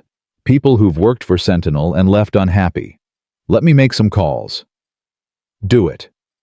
Victoria felt her strategic mind engaging the part of her that had built a company from grief and determination. Patricia, start building our defense. Frank, find whoever planted that bug. Jake. I'm going to the shop. My mechanics have been covering for me, but I can't abandon my business indefinitely. Of course. I didn't mean. But I'm taking Emma to stay with Mrs. Rodriguez. If Richard's as dangerous as we think, I don't want her anywhere near this. He looked at his daughter. Em, pack a bag. You're having a sleepover. For how long? However long it takes. Emma's face crumpled. But I want to help. I want to make sure Victoria's okay. The best way to help is to stay safe. Please, baby, for me. After Jake and Emma left, after Patricia departed with files and determination, after Frank made his calls and promised updates by evening, Victoria sat alone in her penthouse and felt the walls closing in. Her phone buzzed constantly with messages from board members, employees, reporters who'd somehow heard about the lawsuit. She ignored all of them. At noon, Jennifer called. "Miss Blackwell, there are protesters outside the building. About 30 people with signs saying you're a corporate tyrant and demanding your resignation." "Who organized them?" "I don't know. They just showed up an hour ago." Richard's doing, obviously. Salting the earth, making sure even if Victoria won legally, she lost publicly. She closed her eyes and tried to remember why she'd wanted this job in the first place, why she'd sacrificed everything to keep it. The answer felt increasingly hollow. Her father had wanted her to run Blackwell Automotive, not because he believed in her, but because she was all he had left after her mother died. Duty, not love. Obligation, not choice. And Victoria had spent 15 years trying to prove she was worthy of a position she'd never actually wanted, chasing approval from a man who couldn't give it even when he was alive. The realization hit like a punch to the chest. She'd built her entire identity around being CEO, around being strong and untouchable and successful, and for what? To spend her nights alone in a penthouse, to have no one who cared whether she lived or died except a mechanic she'd known for 3 days, and his daughter who believed in goodness Victoria had forgotten existed. Her phone rang again. Unknown number. She almost didn't answer, but something made her pick up. "Victoria Blackwell." "Miss Blackwell, my name is David Torres. I used to work for Sentinel Solutions." Victoria's breath caught. "Go on." "Frank Peterson contacted me. Said you might need testimony about the company's practices, about Richard Cross." He paused. "I was the one who planted the bug in your office." "Why are you telling me this?" "Because I'm tired of being a criminal for rich people who think money makes everything legal. Because Richard Cross threatened my family when I said I wanted out. Because sometimes you have to do the right thing, even when it's hard." His voice was steady, resolved. "I have recordings of my conversations with Richard. Instructions he gave me. Payments he made. Everything you need to prove conspiracy. Why didn't you go to the police and say what I'm a criminal who got paid to commit crimes? They'd arrest me first and ask questions later. But if I testify for you, if I help take down someone worse than me, maybe that counts for something." Victoria's mind raced. "David, this is incredibly brave. But you understand you'll face charges too." "I know, but I've got kids, 2 daughters. I don't want them growing up thinking their dad was a coward who let bad people win." He laughed bitterly. "Turns out even criminals have lines they won't cross. Meet me tomorrow. Bring everything you have. We'll get you immunity in exchange for testimony." "Tomorrow might be too late. Richard knows I'm talking. He's already sent people to convince me to stay quiet." "What kind of people?" "The kind who don't take no for an answer. Look, I'm at a motel in Tacoma, room 217 at the Pacific Inn. If you want this evidence, come tonight. After that, I'm disappearing." Victoria checked the time. 3 p.m. "I'll be there by 6. "Come alone. Richard has eyes everywhere." "I'm bringing a lawyer and a security consultant. Non-negotiable." David hesitated, then agreed. 6 p.m. Don't be late." Victoria called Patricia first, then Frank, outlining the situation. Frank's response was immediate and sharp. "This could be a trap. Richard luring you out of the city away from witnesses. Or it could be the evidence we need to end this. Either way, I'm going." "Then I'm coming with you, armed." "Fine. Pick me up at 5. She called Jake next, told him about David Torres and the meeting in Tacoma. His silence stretched uncomfortably. "Jake, say something. I'm trying to figure out how to tell you this is dangerous without sounding like I'm telling you what to do." "It is dangerous. But so is waiting for Richard to destroy me piece by piece. At least this is proactive." "Victoria, if this is a trap, if something happens to you..." He stopped. "Emma will be devastated. She's already bonded with you. Hell, I've already..." He stopped again. Just be careful. Please. I will. I promise. That's what Sarah said, the day she went to her last doctor's appointment. I'll be careful, I promise. And then she collapsed in the parking lot and died before the ambulance arrived. His voice cracked. I can't watch someone else I care about walk into danger. I can't do it again. Jake, I have to do this. I know. Just call me when it's over. Let me know you're okay. I will. But after she hung up, Victoria sat with the weight of his words. Someone else I care about. When had she become someone Jake cared about? When had he become someone whose opinion mattered more than board members and investors? When had this mechanic and his daughter become the people she thought about when considering risk and safety? Frank arrived at 5 professionally armed and looking grim. Patricia pulled up minutes later in a sedan briefcase in hand. They drove to Tacoma in tense silence, the city giving way to suburbs and then to the seedier motels that clustered near the port. Pacific Inn was exactly what Victoria expected. Cracked pavement, flickering neon, the kind of place where people came to hide or disappear. Room 217 was on the second floor, accessible by an external staircase. Frank went firsthand near his concealed weapon, scanning for threats. He knocked 3 times. David Torres, Frank Peterson. We spoke earlier. The door opened, 6 inches security chain still engaged. A man's face appeared mid-30s, exhausted, scared. You're early. Better early than dead. Can we come in? David studied them, then unlatched the chain. The room was standard motel despair, 2 beds, a bathroom that had seen better, decades, a window overlooking the parking lot. On one bed sat a laptop, several phones, and a stack of documents that looked like evidence. Miss Blackwell. David extended his hand. Thanks for coming. Thank you for contacting us. You said you have recordings. Everything. Richard's instructions, payment confirmations, threats when I wanted to quit. It's all here. He opened the laptop, pulled up audio files. This one's from 3 weeks ago. He hit play. Richard's voice filled the room, distorted slightly by phone recording, but unmistakably his. The CEO needs to be discredited. I don't care how you do it. Plant evidence, create scandals, make her look incompetent. Whatever it takes. Money is no object. Patricia's eyes lit up. This is perfect. This is exactly what we need. There's more. Emails showing payments from his shell companies to Sentinel Solutions. Text messages coordinating the car sabotage. Even photos of me inside Miss Blackwell's office planting the bug. David looked at Victoria. I'm not proud of what I did, but I'm trying to make it right. Why did you do it in the first place? Victoria had to ask. Money, mainly. I've got kids in private school, a wife with medical bills. Sentinel offered $50,000 for one job. No questions asked. I told myself it was just corporate espionage. Nothing violent, nothing that would really hurt anyone. He laughed bitterly. Turns out, helping destroy someone's career does hurt them. Who knew? David, this evidence is incredible, but you understand you'll need to testify in court. You'll be cross-examined.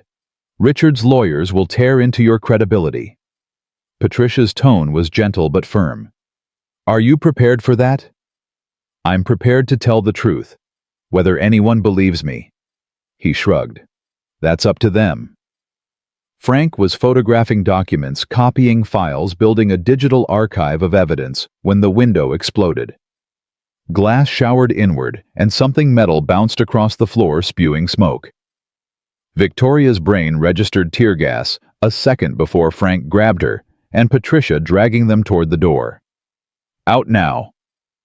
But the door burst open before they reached it.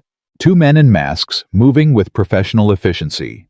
Frank went for his weapon, but one of the men was faster, tasing him. He went down hard, convulsing. Patricia screamed.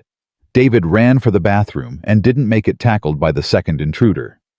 Victoria's eyes burned from the gas, her lungs screaming.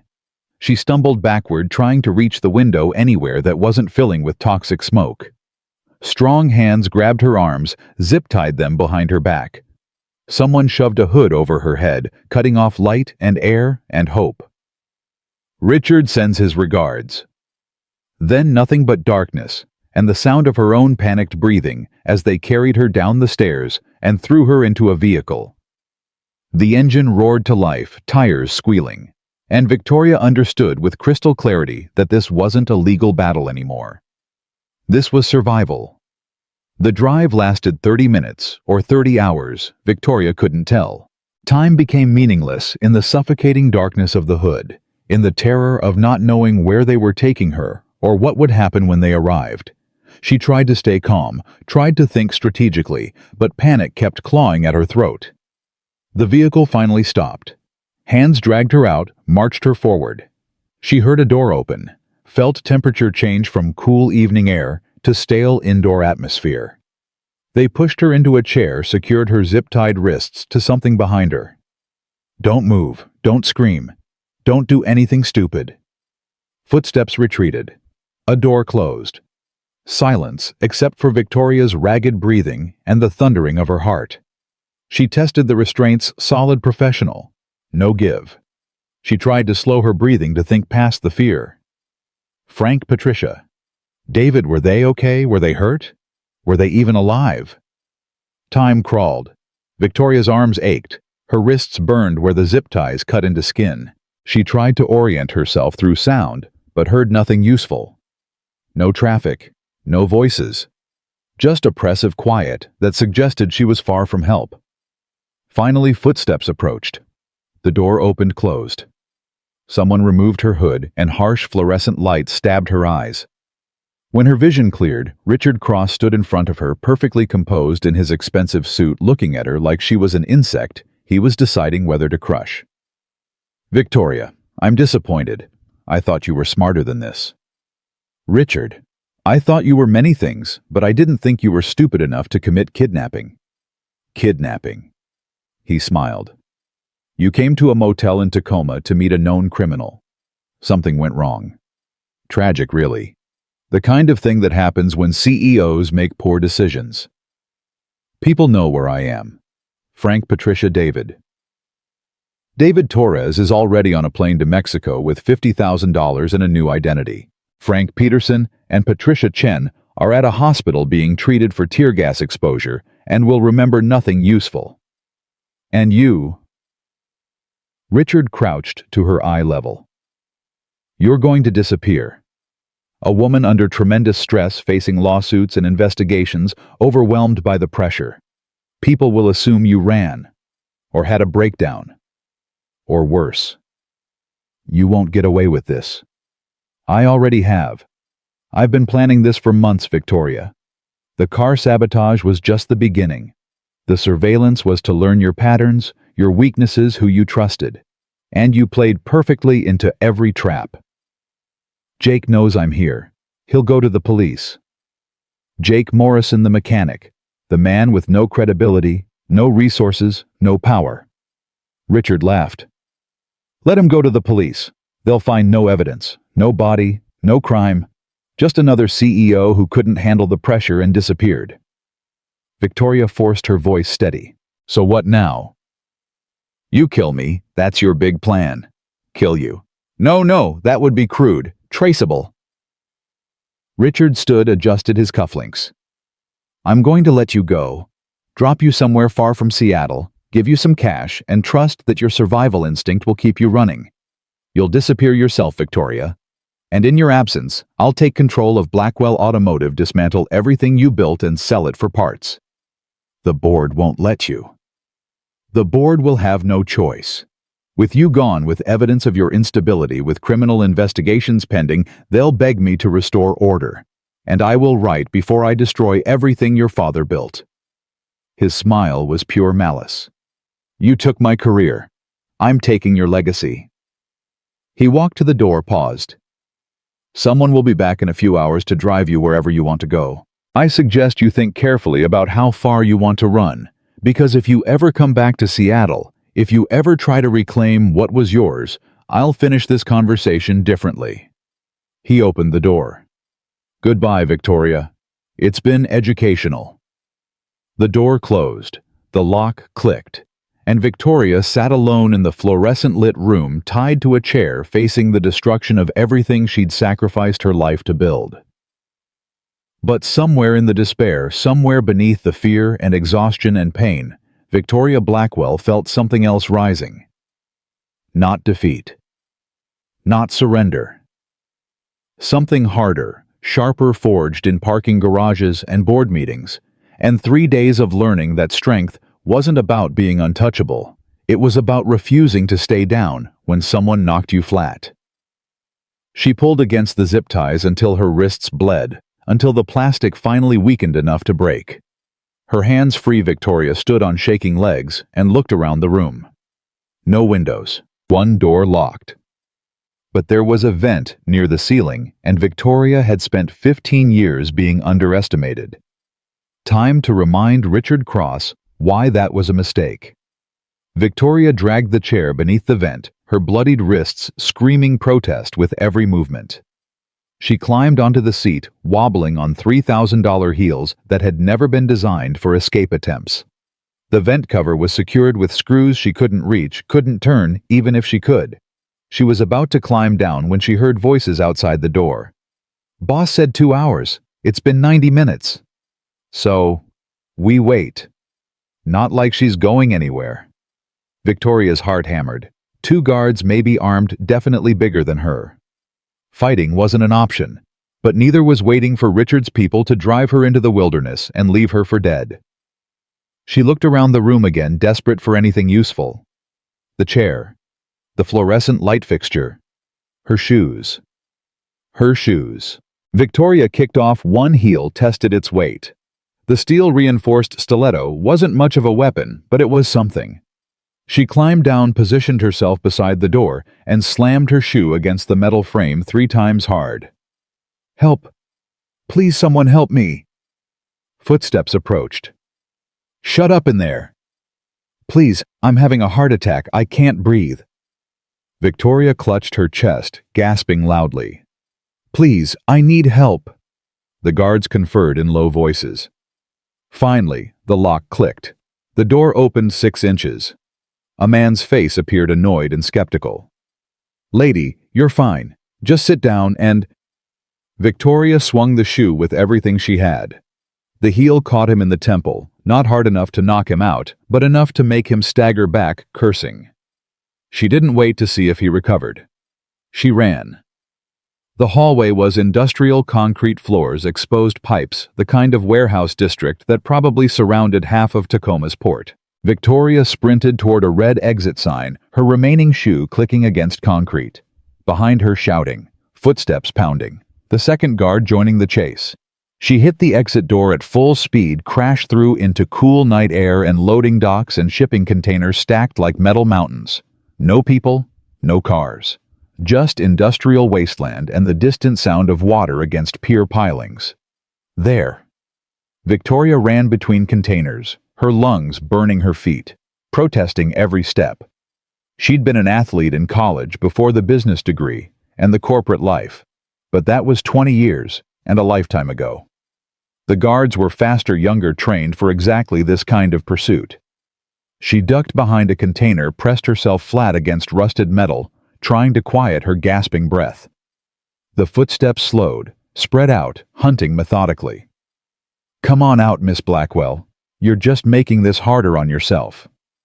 Victoria's hand found her remaining shoe. She threw it hard in the opposite direction. It clattered against metal 50 feet away, and the footsteps converged on the sound. She ran the other way, toward the water, toward anything that wasn't Richard's men. She made it 3 container rows before her foot caught on a chain. She went down hard palms, shredding on concrete. The breath knocked from her lungs. Strong hands grabbed her arms before she could recover, hauled her upright. The guard she'd hit with her shoe held her, blood trickling from his temple, rage written across his face. "Stupid move, lady. Really stupid." "Let me go." "Not a chance. Boss wants you gone, you're gone. Whether you make it easy or hard is up to you." A voice cut through the darkness. "Federal agent hands where I can see them." Everyone froze. From between the containers, Frank Peterson emerged, looking like death warmed over eyes red from tear gas, face bruised, but his weapon steady and his badge held high. Frank Peterson, former Seattle PD, currently contracted with the FBI on a kidnapping investigation. Release her. Now. The guard holding Victoria hesitated. "You're bluffing. There's no FBI." Want to test that theory? Because federal kidnapping charges carry mandatory minimums, and right now you're one trigger pull away from spending the next 20 years in prison. We didn't kidnap anyone. She came to that motel voluntarily. And then your associate tear-gassed the room and zip-tied her wrists. I've got photographs of the injuries. I've got witness testimony. And I've got a very motivated federal prosecutor who wants Richard Cross behind bars. Frank's voice was ice. Last chance. Let her go or I start shooting. The guard released Victoria. She stumbled forward, nearly fell, but Frank caught her with his free hand while keeping his weapon trained on the two men. "Victoria, get behind me." She did, her whole body shaking with adrenaline and relief. Frank backed them toward the edge of the dock, weapon never wavering. Tell Richard his plan failed. Tell him evidence has been submitted to the FBI. Tell him he's got about 12 hours before the arrests start. Frank smiled grimly. And tell him Frank Peterson says hello.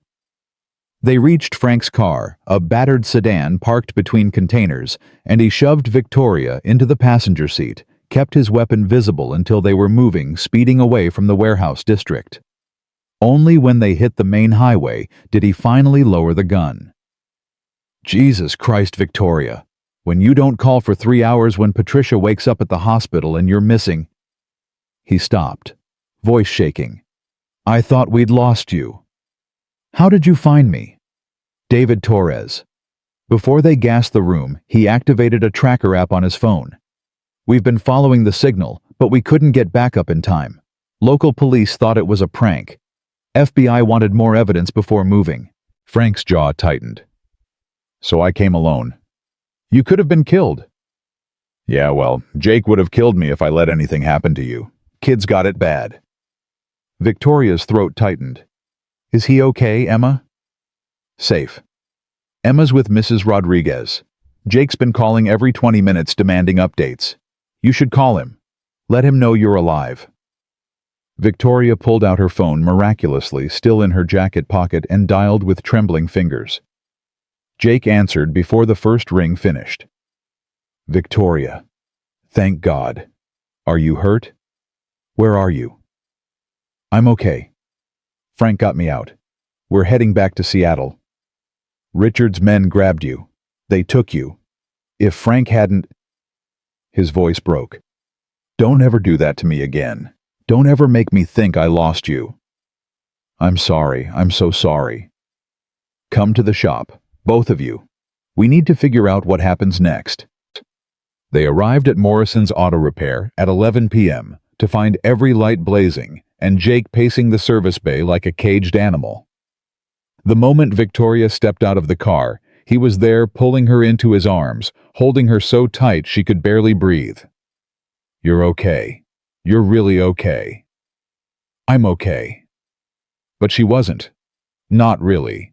She was bruised and bleeding and terrified and exhausted, but she was alive, and that was something. "Frank saved me. Again." Jake released her enough to grip Frank's shoulder. "Thank you. Seriously. Thank you. Don't thank me yet. We've got a problem." Frank gestured to the shop office. "David Torres, the tracker app I was following. It stopped transmitting an hour ago, right around the time Richard said he'd put David on a plane to Mexico." So Richard was telling the truth. David took the money and ran. Or Richard killed him and disabled the tracker. Either way, our star witness is gone and all his evidence with him. Victoria felt the last of her hope crumble. Then we have nothing. No testimony, no recordings, just my word against Richard's. We have the evidence David gave us before the attack. The recordings on his laptop, the documents, the photos. which a defense attorney will argue are fabricated or obtained illegally, without David to authenticate them to testify under oath. She stopped forcing herself to think past the exhaustion. We need something Richard can't explain away, something that proves conspiracy without relying on David's testimony. Jake had been quiet, but now he spoke. The bug. The one we found in your office. Can we trace it back to Richard through the hardware? Sentinel Solutions buys these devices in bulk. Serial numbers lead nowhere. Frank shook his head. We'd need the purchase order, the installation contract, something with Richard's signature or payment authorization. What about the shell companies, the ones connecting Richard to Sentinel? Buried under lawyers and LLC filings. By the time we unravel that mess, Richard will have disappeared his assets and fled the country. They stood in frustrated silence until Victoria's phone rang. Unknown number. She almost ignored it, but something made her answer. Victoria Blackwell. Miss Blackwell, my name is Margaret Torres. I'm David's wife. The woman's voice shook with barely controlled fury. I just found out what my husband was involved in. What you people dragged him into. Mrs. Torres, I'm so sorry. We never meant for David to be in danger. If there's anything we can do, you can finish what he started. David called me 2 hours ago. Said he was sorry, said he'd made mistakes, but was trying to fix them. Then the call cut off. She paused, and Victoria heard tears beneath the anger. I don't know if my husband is alive or dead, but I know he kept insurance. Evidence he never told Richard Cross about hidden somewhere. Even Sentinel Solutions couldn't find it.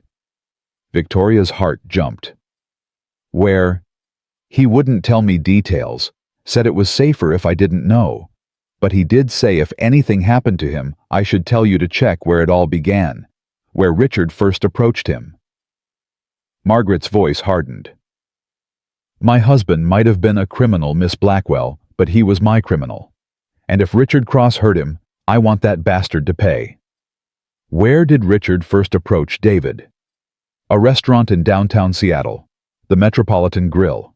They met in a private dining room 6 months ago. David said that's when he understood what he was getting into, but by then, it was too late to back out. Thank you, Mrs. Torres. Thank you so much. Don't thank me. Just make sure my girls know their father died trying to do the right thing. The call ended.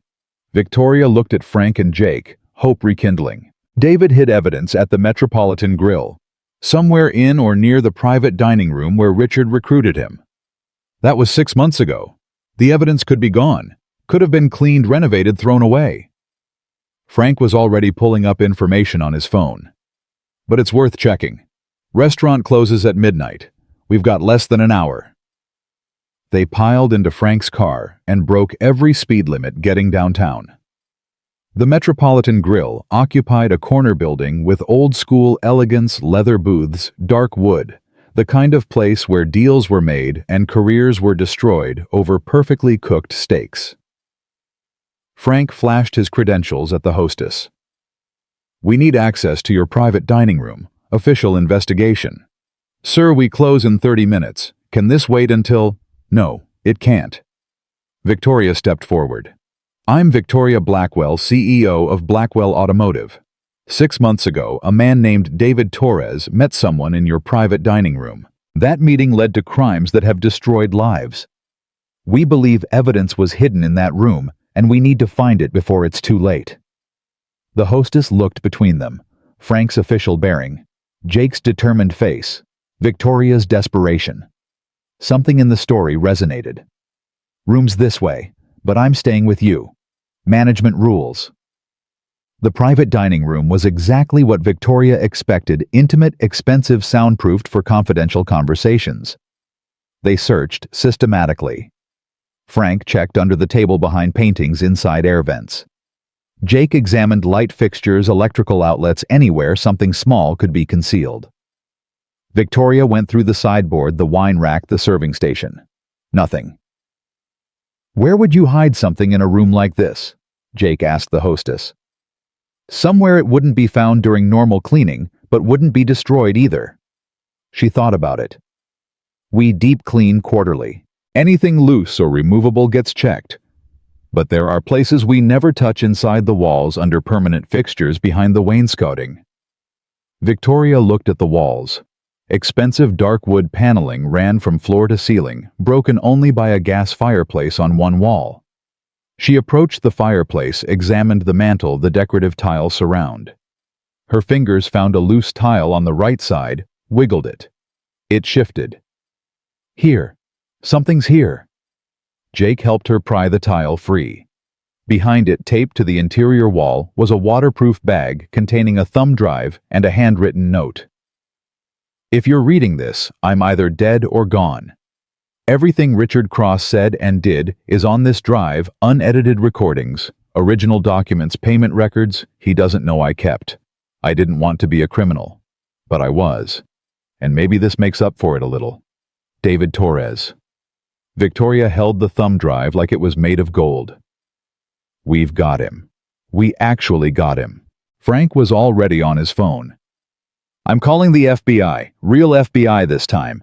We hand this over tonight, let them verify authenticity, start building the federal case. Richard will run the moment he hears. We need to move fast. FBI's faster. Trust me. They drove straight to the FBI field office in downtown Seattle, where Frank's credentials and the evidence got them immediate attention from a night supervisor who called in the on-duty prosecutor. Victoria, Jake, and Frank spent 4 hours giving statements, turning over every piece of evidence they'd collected, watching federal agents review David's files with growing excitement. At 3 a.m., the prosecutor, a woman named Sarah Kim, with sharp eyes and sharper questions, called them into a conference room. This is solid. Really solid. Conspiracy, corporate espionage, kidnapping, and enough wire fraud to keep Richard Cross in federal prison for 20 years minimum. She closed her folder. We'll execute arrest warrants at 6 a.m. Mr. Cross, his associates at Sentinel Solutions, everyone involved. What about David Torres? Margaret's question haunted Victoria. Is he alive? We don't know yet, but we've issued bolos, contacted Mexican authorities, flagged his passport. If he's alive, we'll find him. Sarah looked at Victoria. Miss Blackwell, you should know that you'll be a key witness in this case. Defense will try to discredit you, claim this is a vendetta, accuse you of fabricating evidence. Let them try. I'm ready. Good. Because this is going to be ugly. High profile. Media will dissect every aspect of your life and Richard's. Your company will be scrutinized. Your leadership will be questioned. Sarah's expression softened slightly. You've been through hell already. It's about to get worse before it gets better. I know, but at least this time I'm not alone. Victoria glanced at Jake, who'd stayed by her side through every statement, every question, every moment of doubt. He met her eyes and smiled, exhausted, but genuine. They left the FBI building as dawn painted Seattle's skyline in shades of pink and gold. Frank drove them back to Morrison's auto repair in companionable silence, all of them too tired for conversation. Emma was already there, having snuck out of Mrs. Rodriguez's house at first light to make sure Dad was okay. You're alive. Emma launched herself at Victoria, hugging her waist. Dad said you were kidnapped by bad guys and might not come back. I came back. The bad guys weren't as smart as they thought. Because you're smarter. Obviously. Emma looked up with serious eyes. Are you going to keep fighting them, even though it's hard? Yes, because some things are worth fighting for. Like what? Victoria thought about her company, her father's legacy, everything she'd sacrificed to reach the top. But when she answered, those weren't the things she mentioned. Like truth and justice, and making sure people who hurt others face consequences. She paused. And like friends who show up when you need them most. Jake's hand found hers, squeezed gently. Emma grinned like she'd just won a prize. Good, because we like having you around. You make Dad less grumpy, and you eat diner food without complaining, and you let me explain science stuff without getting bored. Emma tugged Victoria's hand. Will you come to my science fair next Tuesday? It got rescheduled because of teacher conferences. I'll be there. Front row. Promise. Promise. The arrests happened at 6 a.m. as planned. Richard Cross taken from his home in handcuffs while news cameras captured every moment. 3 Sentinel Solutions employees, including the guards who'd held Victoria at the warehouse. By noon, the story dominated every news channel. Corporate conspiracy, attempted murder, a CEO's dramatic rescue. Victoria's phone exploded with calls from board members, reporters, employees. She ignored them all and slept on Jake's couch for 14 hours straight, while he and Emma quietly worked in the shop. She woke to the smell of pizza and Emma's voice announcing that someone named Agent Kim was on the phone with updates. Victoria took the call in Jake's office, her body aching, her mind clearer than it had been in days. "Miss Blackwell, good news. We found David Torres. He's alive in protective custody and willing to testify. Richard's people drugged him and dumped him at the border, but Mexican authorities picked him up. He'll be back in Seattle tomorrow." Relief flooded through Victoria. "Thank God. Does his wife know?" "We notified her an hour ago. She's flying down to meet him." Sarah paused. "We also found evidence of 2 other victims, other executives Richard sabotaged or surveilled over the past 3 years. They're cooperating with the investigation." So, it's over. Really over. The criminal case is just beginning. But your part, the running and hiding and fear, that's done. Richard Cross will never hurt you or anyone else again. Victoria hung up and walked into the service bay where Jake was teaching Emma how to diagnose a transmission problem. They both looked up when she entered questions written across their faces. "It's over. Richard's in custody, David's alive, and there are other victims willing to testify. The FBI says I'm safe." Emma cheered. Jake's shoulders dropped like he'd been carrying weight for days and could finally set it down. He crossed to Victoria, pulled her into his arms, and held her without words, because words weren't necessary. They'd survived. Together. That evening, Victoria returned to her penthouse for the first time since the kidnapping. The space felt different, smaller somehow, lonelier. She stood at her windows looking at the city spread below and realized something fundamental had shifted. This view, this apartment, this life of perfect isolation didn't feel like success anymore. It felt like a prison she'd built herself. Her phone rang. "Jake. Hey, just checking that you're okay. Em wanted me to make sure you got home safe." "I'm okay. Tired. Thinking too much." "About what?" "About whether I want to go back to being CEO, to running Blackwell Automotive, to 70-hour weeks and board meetings and living alone 43 floors above the world." Jake was quiet for a moment. "What do you want?" "I want to feel like I felt at your shop, working on real problems with real consequences, teaching Emma about electrical systems, eating diner pancakes at 4 a.m. She laughed softly. "I want to be someone other than the ice queen in the corner office." "So be that person. Nothing's stopping you. Except 15 years of expectations and a company that needs leadership and a father's ghost judging every decision I make. Victoria, your father's dead. You don't owe him anything. You don't owe the company anything beyond what you choose to give. And if you choose to walk away..." He paused. "You're allowed to choose yourself." The words hit like a key turning in a lock Victoria hadn't known existed. You're allowed to choose yourself. When had she last done that? When had she last made a decision based on what she wanted instead of what she should want? What if I choose wrong? What if I give up everything I built and regret it? Then you'll build something new. That's what you do, Victoria. You build things. Companies, relationships, a life worth living. You just forgot somewhere along the way that you get to decide what that looks like. They talked until midnight about choices and futures and the strange way tragedy could sometimes crack you open enough to let better things in. When they finally hung up, Victoria stood at her windows again, but this time she wasn't looking at the city spread below. She was looking at her reflection in the glass, trying to recognize the woman who'd survived Richard Cross and federal investigations, and her own stubborn refusal to need anyone. She saw her mother's determination in the set of her jaw, her father's strategic mind in her eyes. But she also saw something new: vulnerability that wasn't weakness, connections that weren't burdens, the radical idea that strength could include asking for help. The next morning, Victoria called an emergency board meeting.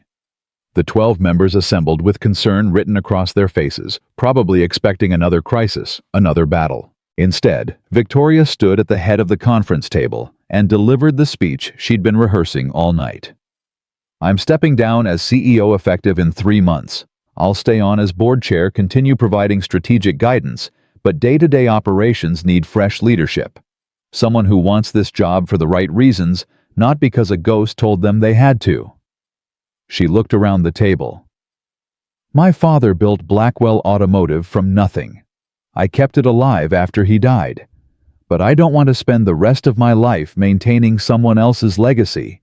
I want to build my own." The board erupted in protests and questions. Marcus Fielding raised his hands for quiet. "Victoria, this is sudden. Are you sure this is what you want, after everything you've been through?" "I'm sure, maybe more sure than I've been about anything in 15 years, she smiled. "I'm not abandoning the company. I'm choosing to lead differently, to have balance, to be human instead of a machine, and maybe that makes me a better leader, not worse." The vote was unanimous. Victoria Blackwell would transition to board chair, a new CEO would be recruited, and 3 months from now she'd be free to choose what came next, without the weight of expectations crushing her. She walked out of that boardroom, feeling lighter than air, pulled out her phone and texted Jake. "I quit, well, mostly quit, want to celebrate." His response came immediately. "Emma's science fair is tonight. Come to that. Best celebration there is." Victoria arrived at Emma's elementary school at 6 p.m., wearing jeans and a sweater instead of her usual armor. The gymnasium was packed with parents and projects, and she found Jake and Emma near the back next to a display about electromagnetic fields that involved more magnets than seemed structurally safe. "You came," Emma threw her arms around Victoria.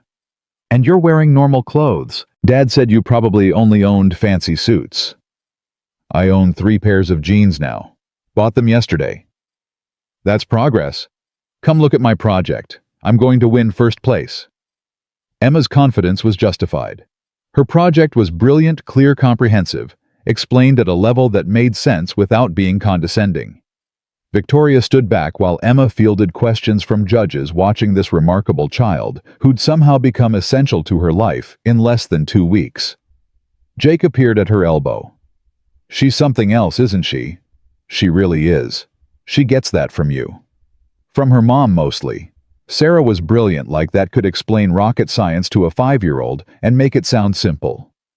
He smiled, sad but genuine. "She would have liked you, Victoria. Would have said you were the kind of woman who just needed someone to remind her she was allowed to be happy." "Am I allowed to be happy?" "Everyone is. You just have to stop thinking you need permission." Jake turned to face her fully. "Victoria, I need to say something, and I need you to let me finish before you respond." Her heart started hammering. "Okay." "These past 2 weeks have been insane. Car sabotage, kidnapping, federal investigations, not exactly the normal way relationships develop. And I've told myself, we're just friends, that you're going through crisis and I'm helping, and it doesn't mean anything." He paused. "But I'd be lying if I said I didn't care about you. Really care. In a way that has nothing to do with car repair or corporate conspiracies." Victoria couldn't breathe. "Jake, let me finish. I know you're dealing with a lot. I know you're rebuilding your whole life. I know you don't need complications, but I also know that life's too short to not tell people how you feel when you feel it. So I'm telling you I care about you, Victoria. And when you're ready, if you're ever ready, I'd like to take you on an actual date. Somewhere nice. Somewhere that isn't a diner or a parking garage or the FBI field office." Emma's voice interrupted before Victoria could respond. "Dad, the judges are coming back. I think I won." They turned to see the judges conferring, marking clipboards. Emma bounced on her toes, vibrating with anticipation. When the head judge announced first place in the 5th grade category for Emma Morrison's electromagnetic field project, Victoria cheered as loudly as Jake, her heart full of something she couldn't name but didn't want to lose. Later, after Emma had accepted her ribbon and posed for photos and explained her project to anyone who would listen after other parents had congratulated Jake, and Victoria had been introduced as Dad's friend who's a CEO, but not scary, after the gymnasium had emptied, and they walked to the parking lot under stars that actually showed through Seattle's clouds, Victoria finally answered Jake's question. Yes. Yes what? Yes to the date. Yes to seeing where this goes.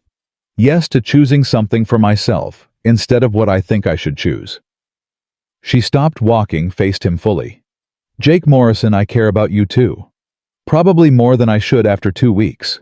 Definitely more than is rational or safe or smart. But I'm done being rational. I'm done with safe. I want to see what happens when I let myself feel something. Jake smiled that quiet smile that transformed his whole face. Fair warning, dating a mechanic with a 10-year-old isn't glamorous. It involves a lot of school pickups, science fairs, and diner pancakes. Sounds perfect.